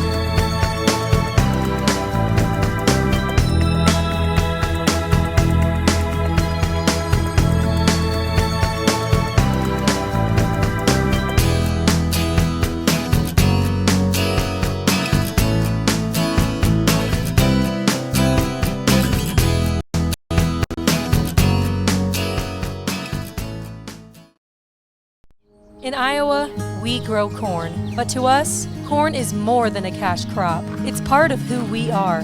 Corn supports our livestock, helping our animals thrive. Corn fuels us. Ethanol powers our state as we push towards a clean, burning future. Corn nourishes us. It gives us an abundance of good food that nourishes our families, helps our student athletes grow stronger. In Iowa, we grow corn. But the truth is, corn grows Iowa. And welcome to the Iowa Corn Halftime Show. You might think Iowa grows corn, but the truth is, corn grows Iowa. Support Iowa corn farmers today. Here at halftime, it is 29-0. Southeast Polk over Ankeny Centennial. Let's take a look at some of the big plays. There were a lot of them for the Rams. A big return there by Xavier Nwangpa. He was all over the place on both ends of the field for Southeast Polk. And they got it done on defense. There you see the safety. That was about 1 minute to go in the first quarter. Big tackle made there in the end zone, stopping Tyler Johnson. But a big play there was made by the Rams defense. That was Davis Fairchild making that one the late signal. They did, in fact, get the safety, and it would result later in a touchdown for the Rams. But you saw, just again, part of some big plays from the Rams, and they got started at the get-go. Titus Christensen. This was the big run there in the first quarter. One of 3 rushing touchdowns we'll see here in a little bit, but yards on the ground for the junior. And you saw Daly handed it back off to Christensen. This was on 4th down where he was able to take it to the house. That his 3rd rushing touchdown of the night, scoring from 19 yards out. Also has a 9-yard and 59-yard score. And then how about Xavier Nwangpa adding in on the fun as well with a big rushing touchdown from 7 to come away with the score there. And then Ankeny Centennial back out on the field. J.J. Cole, the sophomore quarterback, trying to find someone downfield, but not so fast. This is Braden Hall. Sack for the Rams there in that opening half. And then Jackson Daly going to work. Downfield, finding a man. That was LeClaire making the grab. That was the longest completion for Jackson Daly. Opening half. The Rams doing most of their damage on the ground. But there you see Daly. Pass was tipped at the line, and the interception hauled in by Trey Porter, who was really the star for Ankeny Centennial there in that opening half, not only getting it done on defense, but also doing it as well on offense. But not enough for Centennial. They have not scored yet. 29-0, Southeast Polk leading here at halftime on CISN.TV.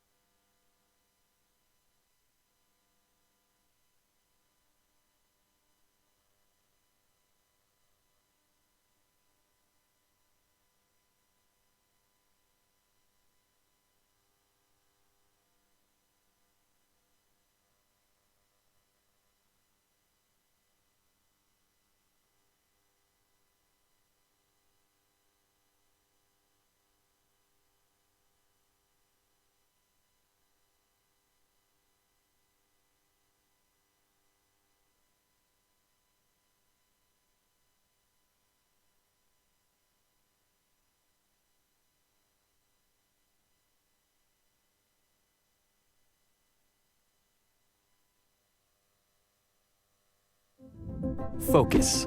To define what is most important and commit yourself fully. It's why at Fairway, only the best meat makes the cut. Our fresh fish is full of flavor, and our produce is picked with incredible care. It's why we have fewer aisles, greater savings, and the most personal service. At Fairway, our focus is and always will be giving you the best in meat and grocery. Save thousands now at Schottenkirk Chevy Waukee.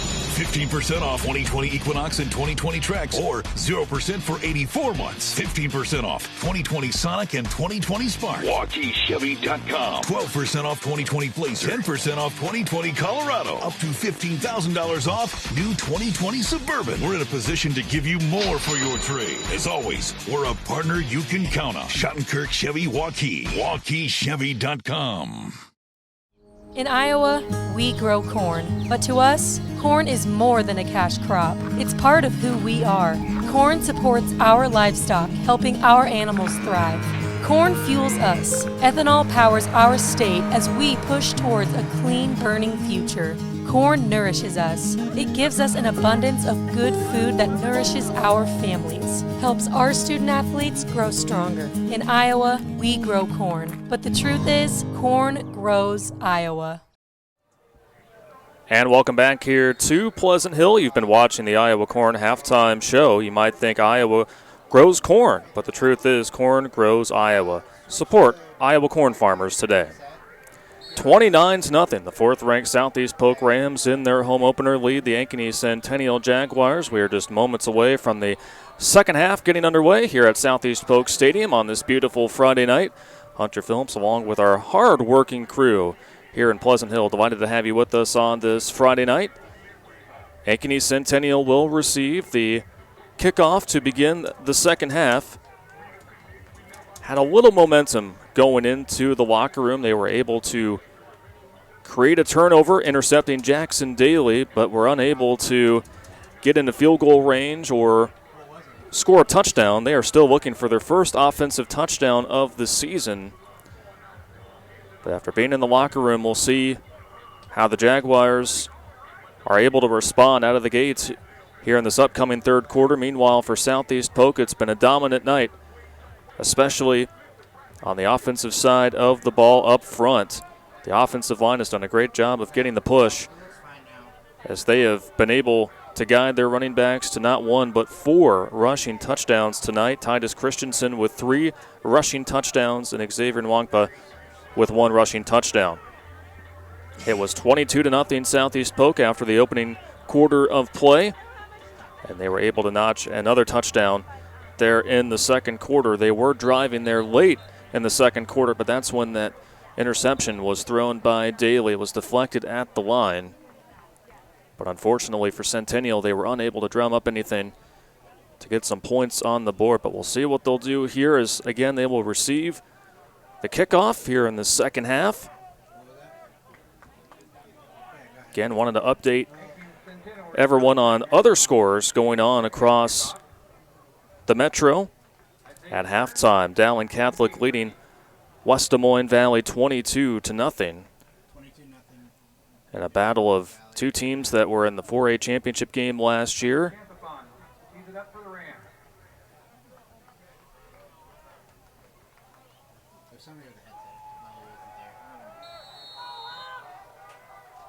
Hunter Canthapon, the freshman, out to kick this one away. Squib kick. Received at the 30, and it'll be a loss for the Jaguars on the return.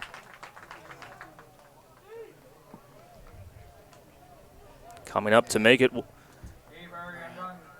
was Gabe Arredondo, the senior defensive back. Received it and had nowhere to go, well covered by the Rams. Hackbarth with the stop for Southeast Polk.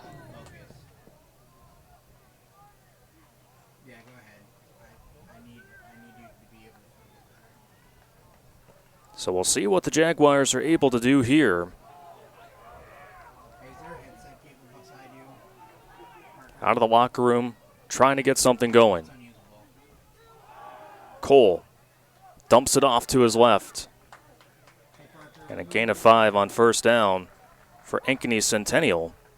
Carter Cahill, who had a few receptions in the first half, makes the catch there on first down. Another score we wanted to keep tabs on for everyone. Waukee leading going into the third quarter 7-3 over Ankeny. Of course, this Ankeny Centennial team faced Ankeny last week. Tough battle out there in Waukee. Cole completes that one to Peyton Good. Those two have gotten into a rhythm here tonight. And it creates a first down for the Jaguars. And you're starting to see J.J. Cole get more and more comfortable the more snaps that he takes. And how he's been able to read the Southeast Polk defense. Again, just a sophomore quarterback. Now at the varsity level for the Jaguars. This time he rolls off to his left. Nowhere to go. Second sack of the night for the Southeast Polk defense. There were 3 Rams there. Caleb Daniels making that play.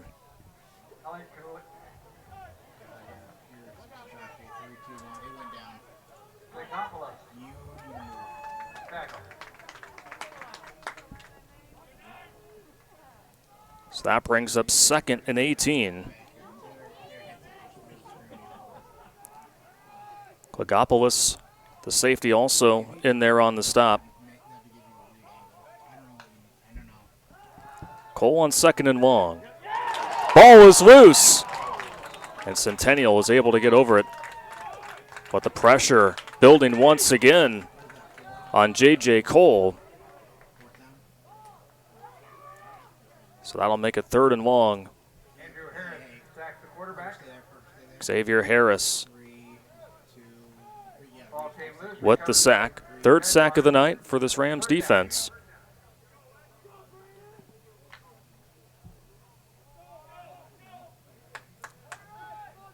We saw in the final plays of the first half, Centennial was able to convert on 3rd down, but this is a big task here.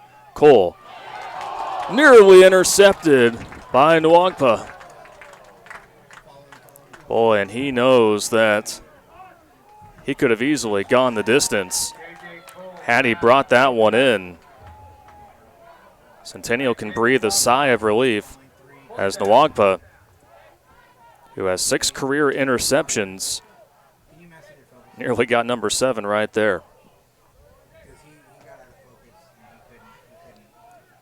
Centennial to punt. Not the way they wanted to start the second half. Johnson with a high punt. Nwagpa signals for a fair catch. And the Rams will have fairly good field position to start their first drive here in this second half. Leading 29-0. There's really only been one mishap by this Rams offense, and that was an interception thrown by Jackson Daly. It was just more so a very good defensive play made at the line by the Jaguars than an errant throw by Daly. But not many empty possessions for this Rams offense.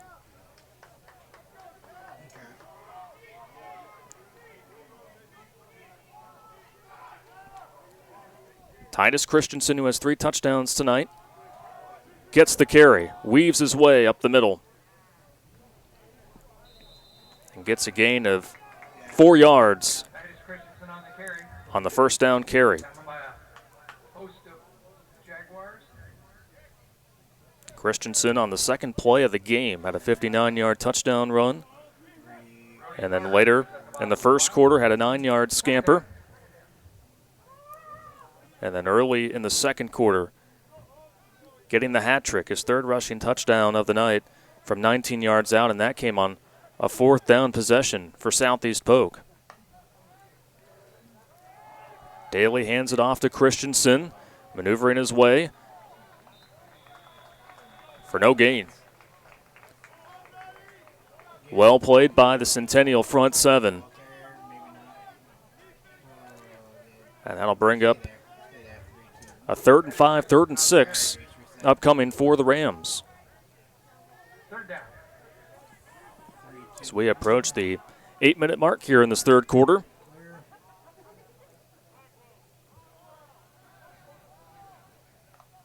Jackson Daly looking over at the sideline. Receives the snap. Looks to his right. Then to his left. Well-executed play by the Rams. They get the first down and more. And that should be a flag, and it is for a horse collar tackle. So tack on extra yards for the Rams.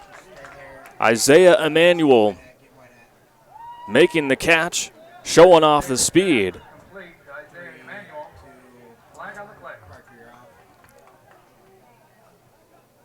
So now we wait for the official call by Brad Bunting, our head referee here tonight.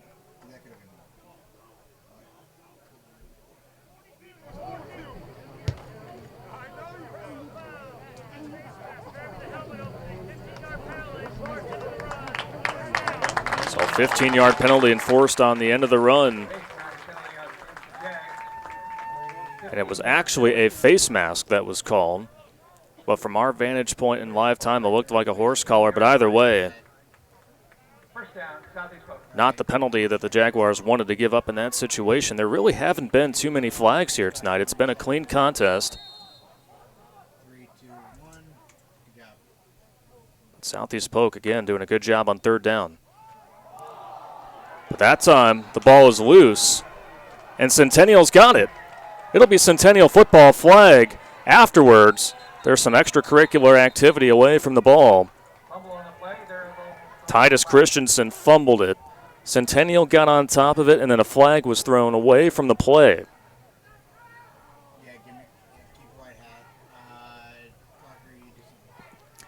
So just as I said, there were not many penalties here tonight.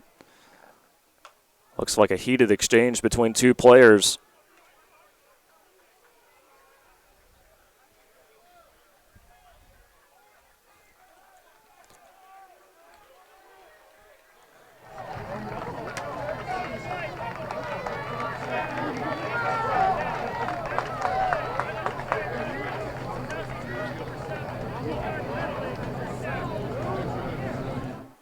So an unnecessary roughness penalty on Southeast Polk.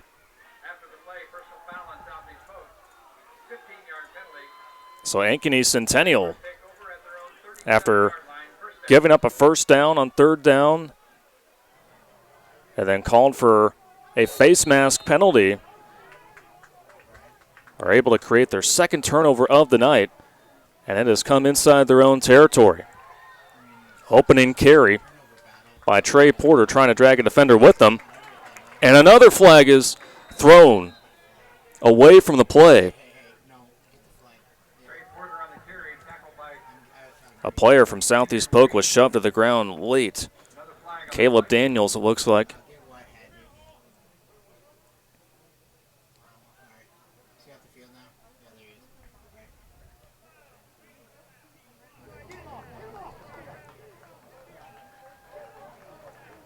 And that penalty is on Southeast Polk. Not sure if you could hear the Ram coaches, but they want the player that was called for the penalty off the field. Very disappointed are the Rams coaches, knowing that they're giving free yardage to Ankeny Centennial. Drew Monzavias, sophomore offensive lineman, believe he was the one battling with Daniels there late. Cole's pass incomplete.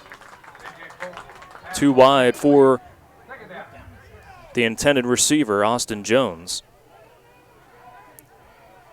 Makes it 2nd down and 10. So frustration looming for Southeast Polk, who once again were almost on the doorstep of Ankeny Centennial, looking to score yet another touchdown, but in back-to-back series, they have turned the ball over inside the 25-yard line of Ankeny Centennial. But the Jaguars, up to this point, have not been able to take advantage of those turnovers. Carry up the middle. Tyler Johnson gains 3 yards, maybe 4. Hasn't carried the ball that often tonight, Johnson. Southeast Polk has done a good job of zeroing in on the senior running back. Reed Wolf, the senior safety, was the one that made the play on Johnson. 3rd down and 7 for Ankeny Centennial, trying to generate something here in the 3rd quarter. After bobbled, it's caught, but nothing going on the outside for Austin Jones. And now the punt team will have to come out for Ankeny Centennial. Another disappointing series offensively for Ankeny Centennial. But for Southeast Polk, after back-to-back unsportsmanlike conduct penalties, are able to overcome that frustration and come up with yet another defensive stop.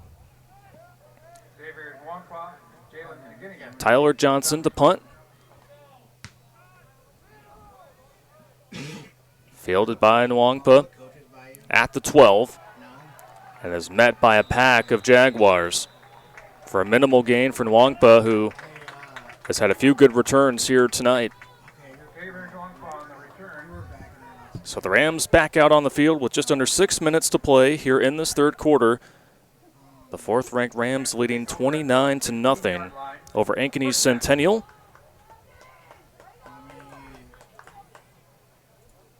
So you look at this Rams team and what they have coming up. Next Friday they will be at Des Moines East, playing at Williams Stadium. And then they have a big matchup on the 18th in just a few weeks against West Des Moines Valley, who has their hands full tonight against Dowling Catholic. At halftime, the Maroons were leading the Tigers 22-0. 1st down carry. Doesn't go for very much. Titus Christensen, the ball carrier. Southeast Polk fans who are in attendance tonight thought that the play lasted a little longer than it should have. Should note again, with the social distancing guidelines in place, very good crowd on hand here tonight at Southeast Polk Stadium. And, of course, we are glad to have you join us as well if you couldn't make it out to the game tonight here on CISN.TV. 2nd down carry. Goes for a few yards. It'll bring up 3rd and short for the Rams. Christensen once again the ball carrier. 3rd and 4.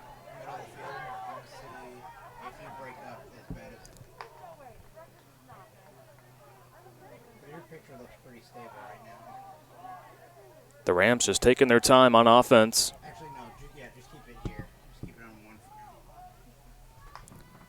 Daly from the shotgun. Wide open down the field is LeClaire. Looking behind him. No one will catch up to him. Touchdown Rams. Alex LeClaire with the score. But this may be coming back. Flag on the field. LeClaire was wide open on that play action. But it may be for naught.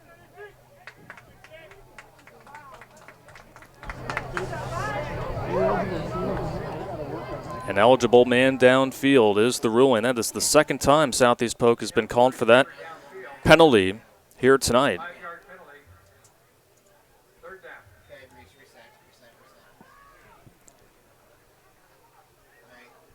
So what would have been the first passing touchdown of the night for Jackson Daly in this Rams offense instead results in a penalty, and they are backed up.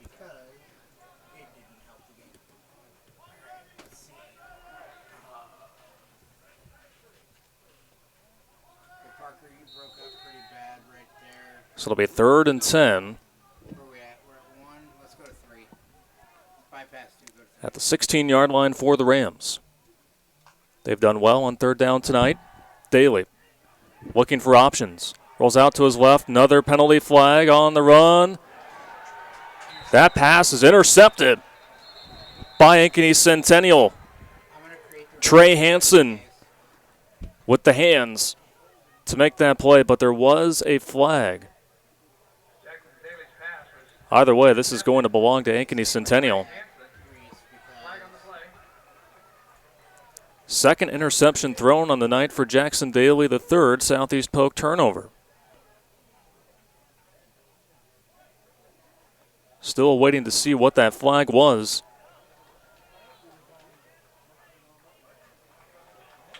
Penalty on Ankeny Centennial. A personal foul. Hands to the face is the call. Boy, and that just pours salt into the wound for Ankeny Centennial, who is looking to get great field position, their best field position of the night. But a critical mistake as they were able to force Daly out of the pocket. The interception was brought in by Trey Hansen. But illegal use of the hands to the face. I believe that occurred when Daly was rolling out to his left. So it keeps the drive alive for the Rams. With 4:14 to go in this third quarter. To give to Nwangpa, but Centennial's defense continuing to put on the heat.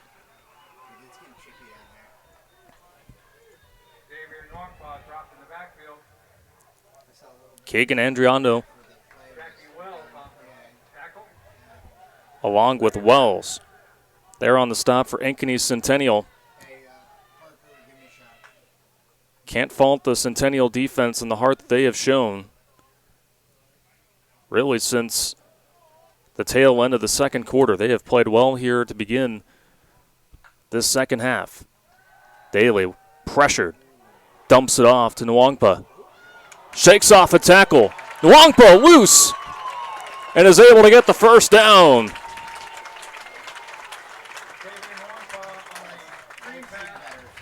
So Xavier Nwangpa making a nice move and getting enough for the first down. A player for Ankeny Centennial is limping off the field.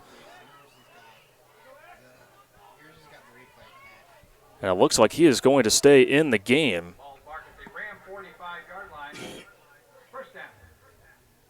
That is Nathan Wild, senior defensive end.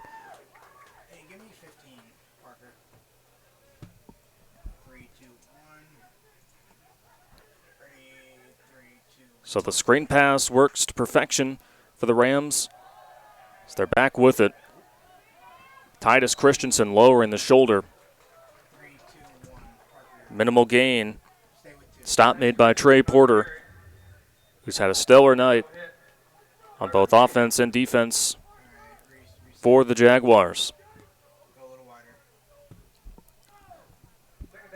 That'll bring up a 2nd down and 7 situation for the Rams. So they're at midfield, under 3 minutes to go in the third quarter.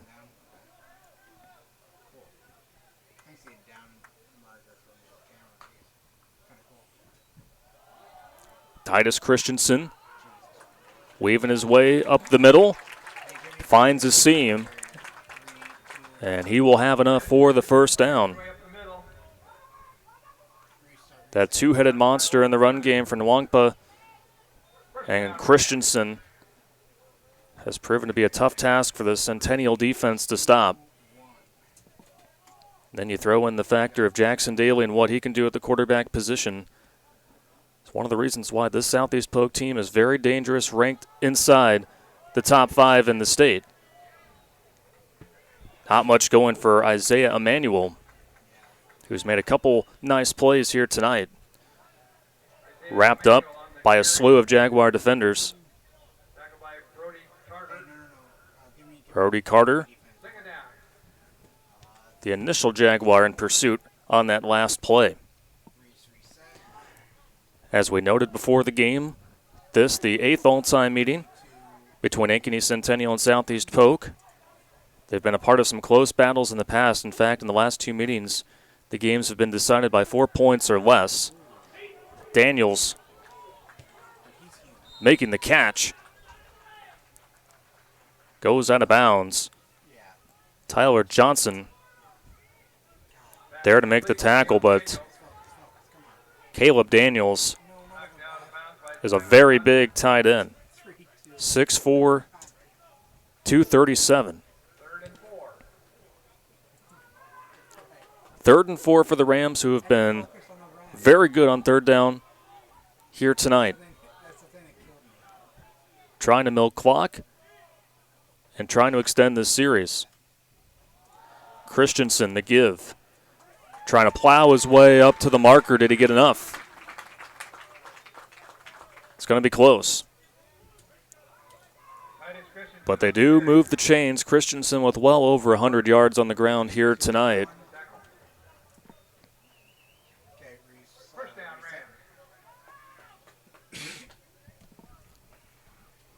So another first down for the Rams in what has been their longest offensive series here on the night. Christensen shakes and bakes his way out to the right. Gets a very good gain on first down.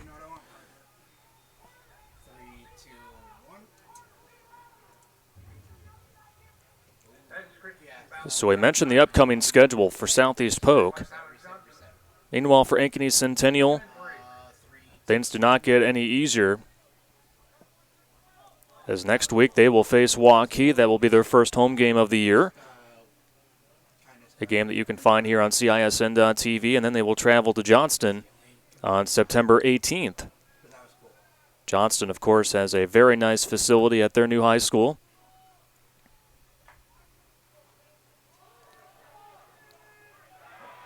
Longpa not giving up on the play, but Centennial is able to wrap up the junior. It'll be 3rd and short for the Rams.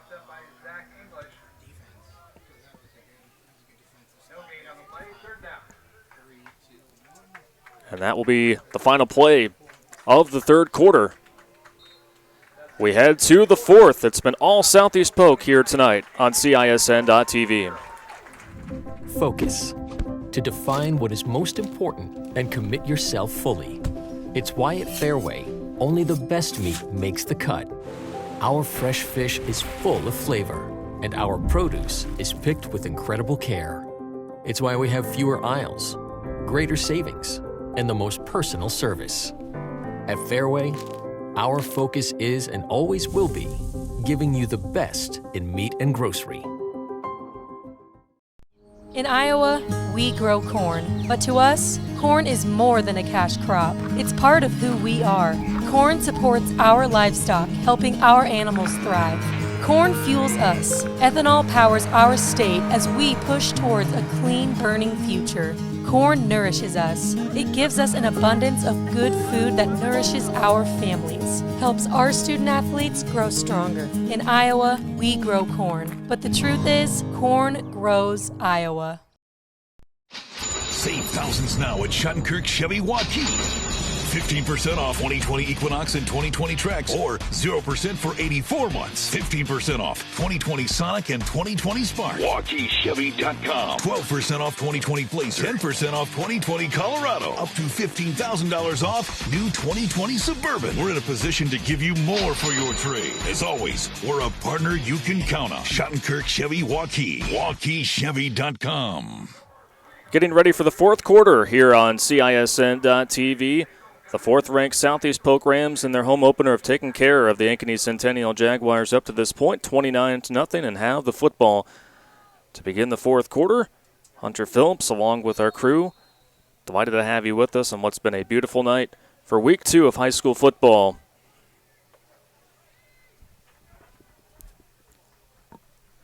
It is 3rd down and 3 for the Rams. Daly on the run. Pass falls behind the intended receiver. That was Caleb Daniels. And that'll bring up 4th down for the Rams, who have not been shy to go for it. They're 2 for 2 on 4th down conversions tonight. In fact, they scored on a 4th down conversion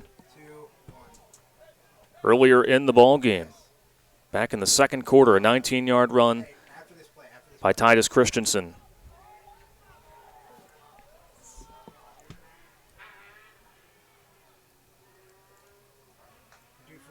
Christensen in motion. Daly back to pass. Flag thrown. Daly rolling out to his left. Sheds one defender, but gets brought down. And we'll see what the flag is.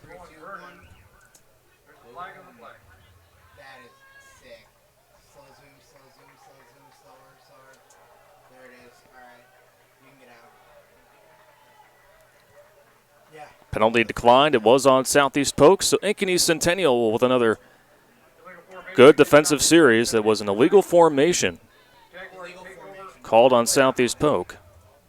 So Ankeny Centennial, who has not surrendered any points here in the second half, are trying to score their first offensive points of the season. Let's see what they can do here. Meanwhile, while Ankeny Centennial tries to get things going here on this series, wanted to update you on, of course, the big game going on in West Des Moines. Still no change in the score. Dowling Catholic leading Valley 22-0 as another sack is snared in by this Rams defense. Caleb Daniels making the play. And that is the fourth sack by this Rams defensive front. The third sack here in the second half. They have not given J.J. Cole, the young sophomore quarterback for Ankeny Centennial, any breathing room tonight. You see him there, number 12.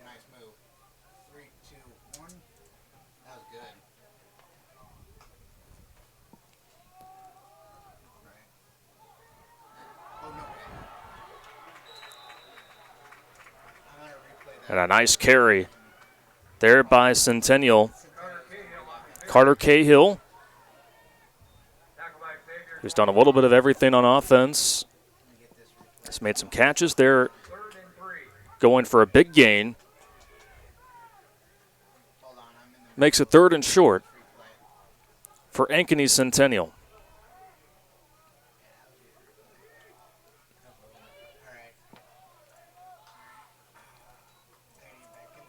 Cole hands it off. Cahill the carry.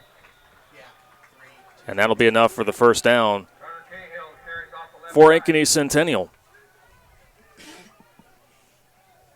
It's been great to see Ankeny Centennial show a lot of fight here towards the tail end of this ball game.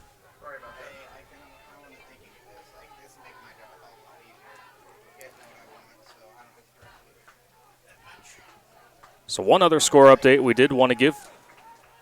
At the end of the third quarter, Ankeny is leading Waukee 17-7.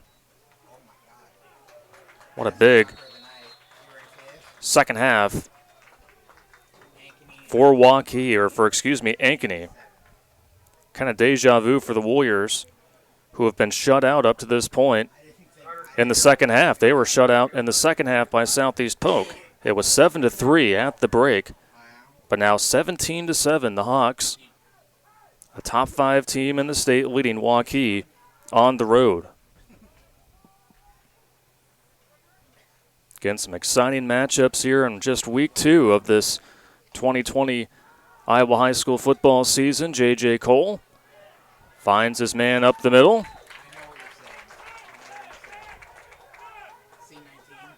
Peyton Good there making the catch.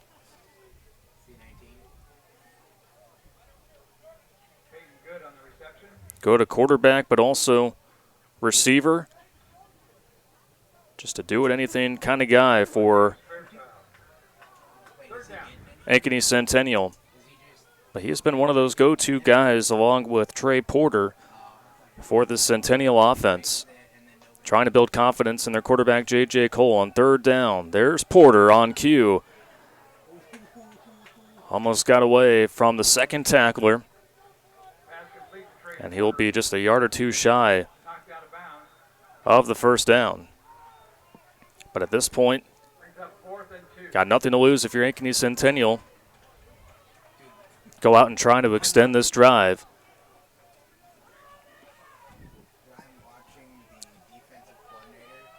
Just over 8.5 minutes to go in this contest.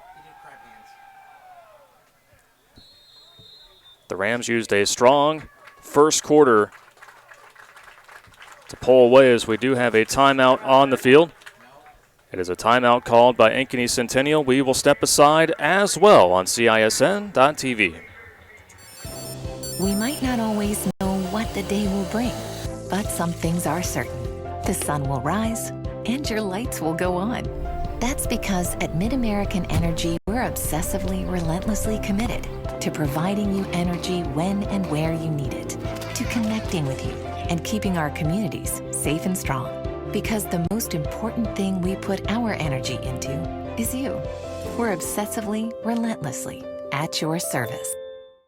Hi, I'm Joe the Car Guy with Westside Auto. I'm excited to tell you about our new lifetime oil change plan. When you purchase our plan, you'll never have to pay for an oil change again. If you get a different car, simply transfer the plan over. If that car's oil needs are different than your original plan, just pay the difference. It couldn't be simpler. You won't have to worry about inflation or prices going up.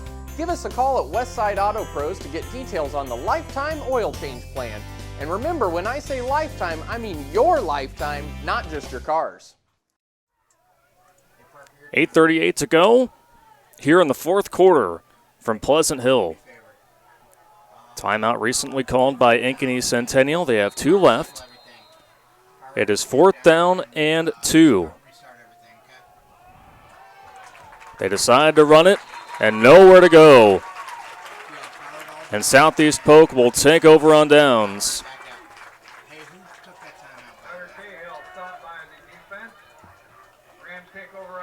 So the Rams defense, when needed here tonight, have come up with big plays.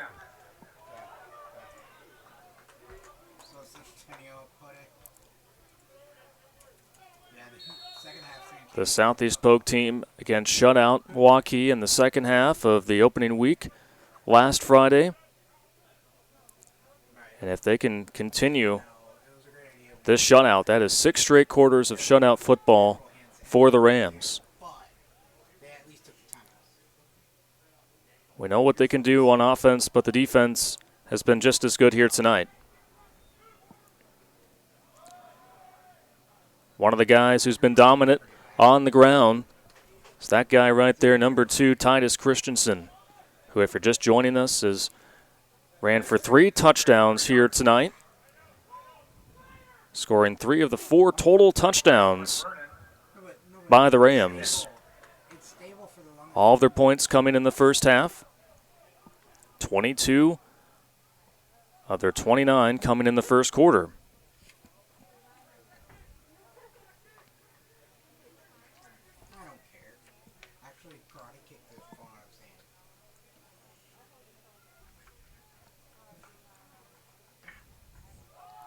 Christensen again, going right side. Gain of a couple.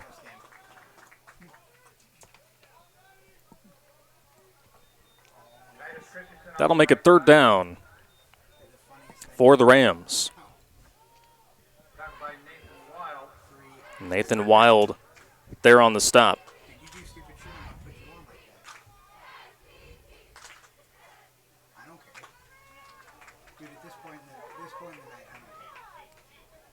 So 3rd down and 5. Another give to Christensen. He's been the bell cow tonight for the Rams. But Centennial's defense, they've had some very good moments here tonight. But you got to give them a tip of the cap, because they have done a good job of not giving up in this ball game, especially here in this second half, as they too have shut out the Rams. And so they will have to punt. Zach Rockwell, the senior, to punt for the Rams.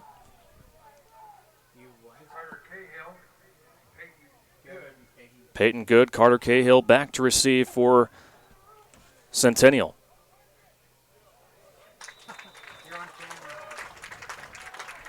That one drops inside the 20, at the 15, and that's where Ankeny Centennial will take over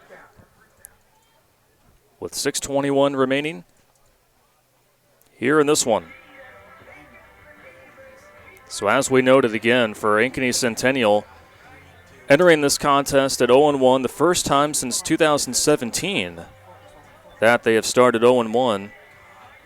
Preseason number 7 in Class 4A, but they lost some good players from last year's team that went 8-2, were the Class 4A District 2 champs, returning just 5 starters from last year.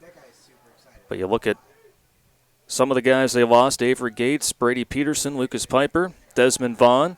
A couple of those guys playing college football. Ball knocked loose, but did Cole get on top of it? He did. But the Southeast Polk defensive line has just been relentless.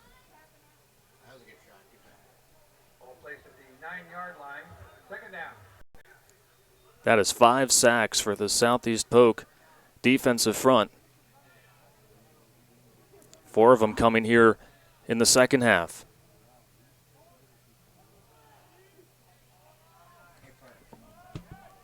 Second down and 16. Now for the Jaguars. Cole steps up, throws a nice ball downfield, and the pass falls incomplete. Kobe Neighbor was the intended target for Cole. Jalen Agunaga, senior corner, was there in coverage.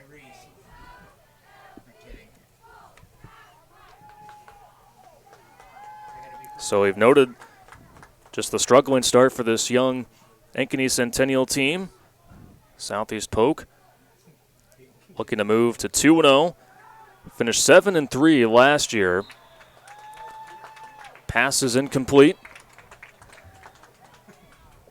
Out of the hands of Peyton Good. And once again, Ankeny Centennial will have to punt with 5:26 to go here in this fourth quarter.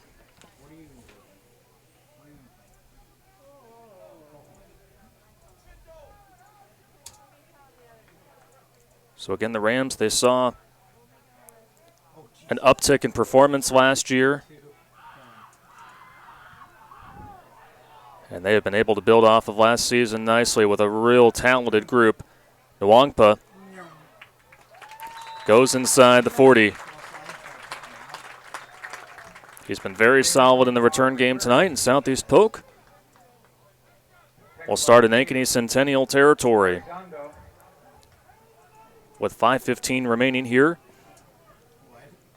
in this fourth quarter.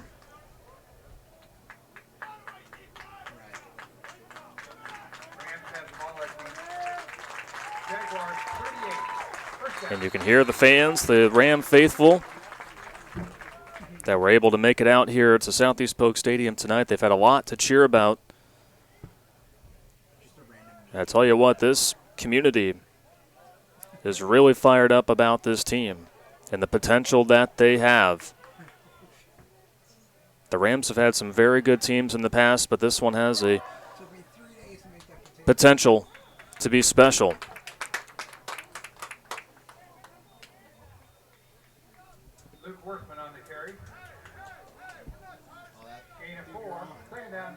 Luke Worthman getting his first carry of the night, the senior, on that last play.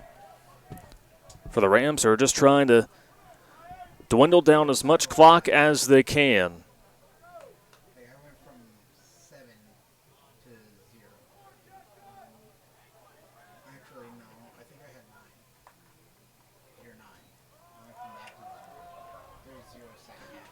Run off to the left.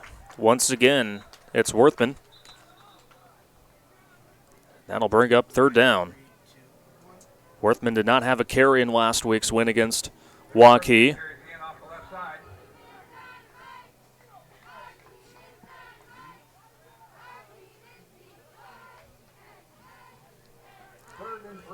So again, as we noted, Southeast Polk will be back on the road next week. They take on the East Scarlets. A 7 o'clock kickoff from Williams Stadium. And then the following week, it'll be a home matchup against the Valley Tigers. Daly put a lot of mustard on that one, but the pass too far of his intended target.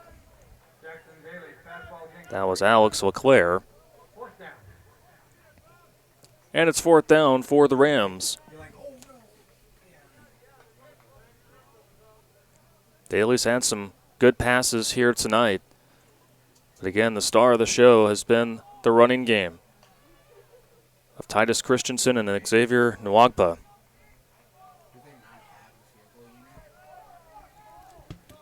Fourth and 3. Rams offense stays on the field. Daly off to his right, throws, incomplete. Alec Klagopoulos was the intended receiver. And now Ankeny Centennial will take over.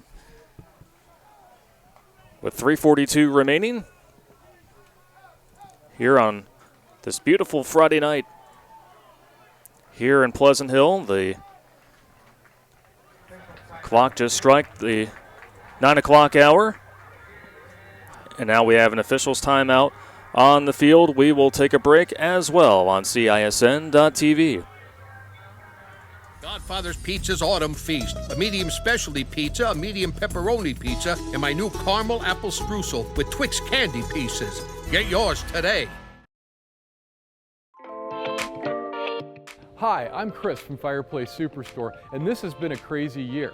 We might just run out of furniture, but we still have a great selection right now. We have wicker, we have fire pits, we have poly, and if you want something for your deck this year, you should come see us right now. Still have the greatest selection in Iowa at the best prices. Fireplace Superstore, 109th and Douglas, just west of Homemaker.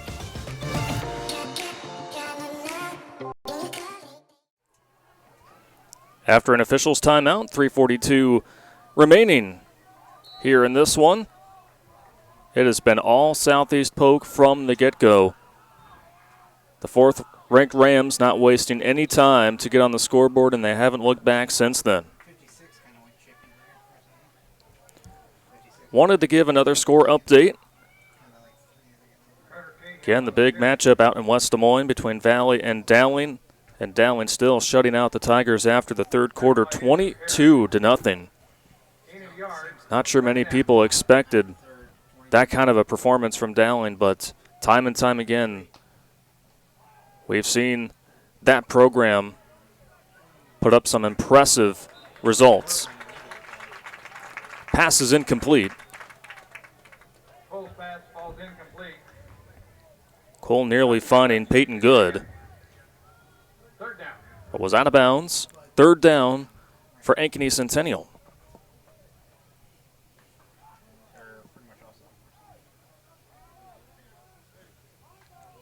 And this is kind of uncharted territory for this Ankeny Centennial program, who has had so much success with co-head coaches Jerry Pizzetti now in his 60th season, and Ryan Pizzetti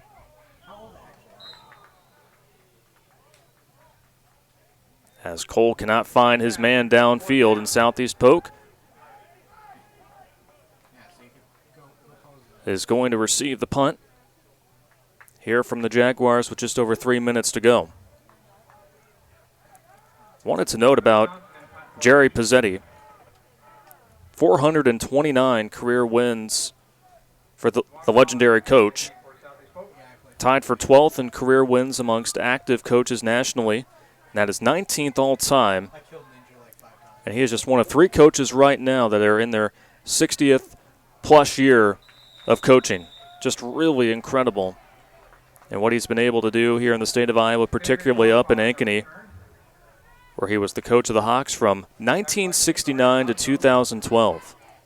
Came to Ankeny Centennial when they formed back in 2013. But this year knew that after losing so much talent, returning just 5 starters from last year's team, that it may be a struggle to get things going, and with all the complications of managing the team and practicing during COVID-19, knew that there was going to be some growing pains, no doubt. New quarterback is in for Southeast Polk, it looks like. So the night is done for Jackson Daly. We do not have a number matching up with the roster sheet that we have for the Rams, but the night is done for Jackson Daly, who accounted for 3 touchdowns last week in the Rams' win over Waukee. Did not score tonight, but was not asked to throw the ball that often. Ball is still loose.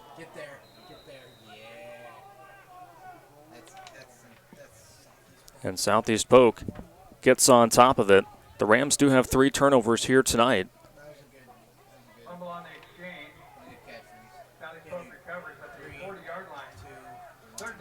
So third down.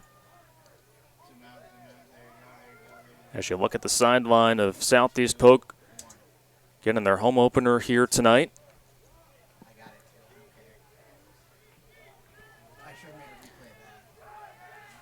Now, we did note that Southeast Polk is scheduled to play Des Moines East, but now that Des Moines Public Schools is going to go to all virtual learning, not sure what is going to happen with that game next week, as all fall activities will be put on hold starting on Tuesday.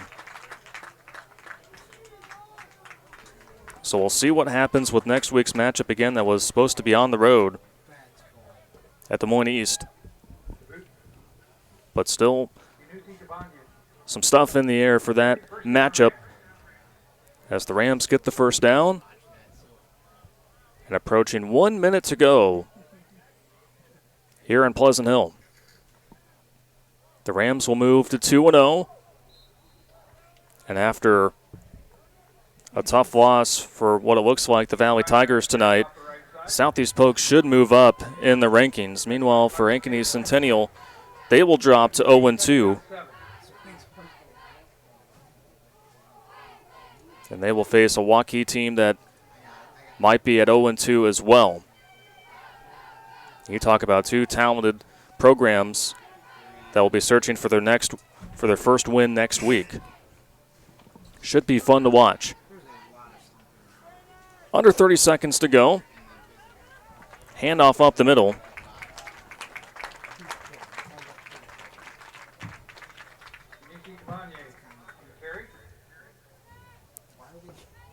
Tabanye with the carry. Junior running back getting some action here late. And that'll be the final play. As the 4th-ranked Southeast Polk Rams shut out Ankeny Centennial 29-0. The Rams fall to 2-0 on the season. Ankeny Centennial 0-2. So a dominant night for the Rams in their home opener. We're going to take a break. When we come back, we'll recap all the action on the postgame show next here on CISN.TV. Focus. To define what is most important and commit yourself fully. It's why at Fairway, only the best meat makes the cut. Our fresh fish is full of flavor, and our produce is picked with incredible care. It's why we have fewer aisles, greater savings, and the most personal service.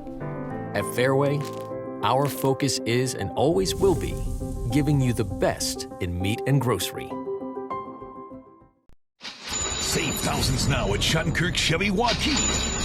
15% off 2020 Equinox and 2020 Trax, or 0% for 84 months. 15% off 2020 Sonic and 2020 Spark. WaukeeChevy.com. 12% off 2020 Blazer. 10% off 2020 Colorado. Up to $15,000 off new 2020 Suburban. We're in a position to give you more for your trade. As always, we're a partner you can count on. Shattenkirk Chevy Waukee. WaukeeChevy.com. In Iowa, we grow corn, but to us, corn is more than a cash crop. It's part of who we are. Corn supports our livestock, helping our animals thrive. Corn fuels us. Ethanol powers our state as we push towards a clean, burning future. Corn nourishes us. It gives us an abundance of good food that nourishes our families, helps our student athletes grow stronger. In Iowa, we grow corn. But the truth is, corn grows Iowa.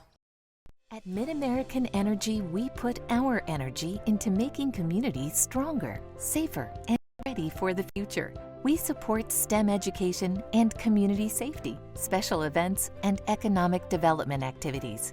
We energize our cities and towns just like we have for decades, all to help make your community the place where you want to build your business, your legacy, and your life. It's another way we're obsessively, relentlessly at your service. Hi, I'm Joe the Car Guy with Westside Auto. I'm excited to tell you about our new lifetime oil change plan. When you purchase our plan, you'll never have to pay for an oil change again. If you get a different car, simply transfer the plan over. If that car's oil needs are different than your original plan, just pay the difference. It couldn't be simpler. You won't have to worry about inflation or prices going up. Give us a call at Westside Auto Pros to get details on the lifetime oil change plan. And remember, when I say lifetime, I mean your lifetime, not just your car's. Hi, I'm Chris from Fireplace Superstore, and this has been a crazy year. We might just run out of furniture, but we still have a great selection right now. We have wicker, we have fire pits, we have poly, and if you want something for your deck this year, you should come see us right now. Still have the greatest selection in Iowa at the best prices. Fireplace Superstore, 109th and Douglas, just west of Homemaker. Godfather's Pizza's Autumn Feast. A medium specialty pizza, a medium pepperoni pizza, and my new caramel apple streusel with Twix candy pieces. Get yours today. In their home opener, the Southeast Polk Rams are victorious, defeating Ankeny Centennial 29-0. Hunter Phillips back here with you for the brief post-game show. Just to recap the scoring drives for Southeast Polk, all of their scoring came in the first half, and it began on the second play from scrimmage. Titus Christensen with a 59-yard run with 11:03 remaining there in the first quarter, and then he later scored with 6:29 remaining in the first quarter on a 9-yard scamper.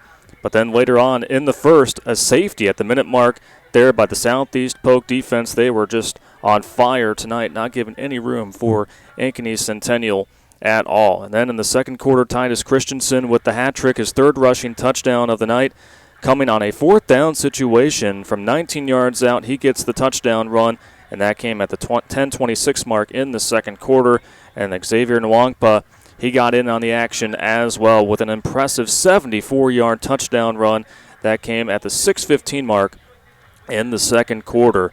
Ankeny Centennial, they were able to create turnovers tonight. They forced 3 Southeast Polk turnovers, but unfortunately were unable to muster anything, and they have yet to score an offensive touchdown here in 2020. But Southeast Polk, their defense has been stellar as well. They had 5 sacks on the night, did not force a turnover, but they have been able to play 6 straight quarters now of shutout football. So the Southeast Polk Rams, who entered the night 4th in the state, likely to move up. They are on fire right now as a team. A lot of excitement for this group, and rightfully so. They'll be going into their Week 3 matchup with a lot of momentum.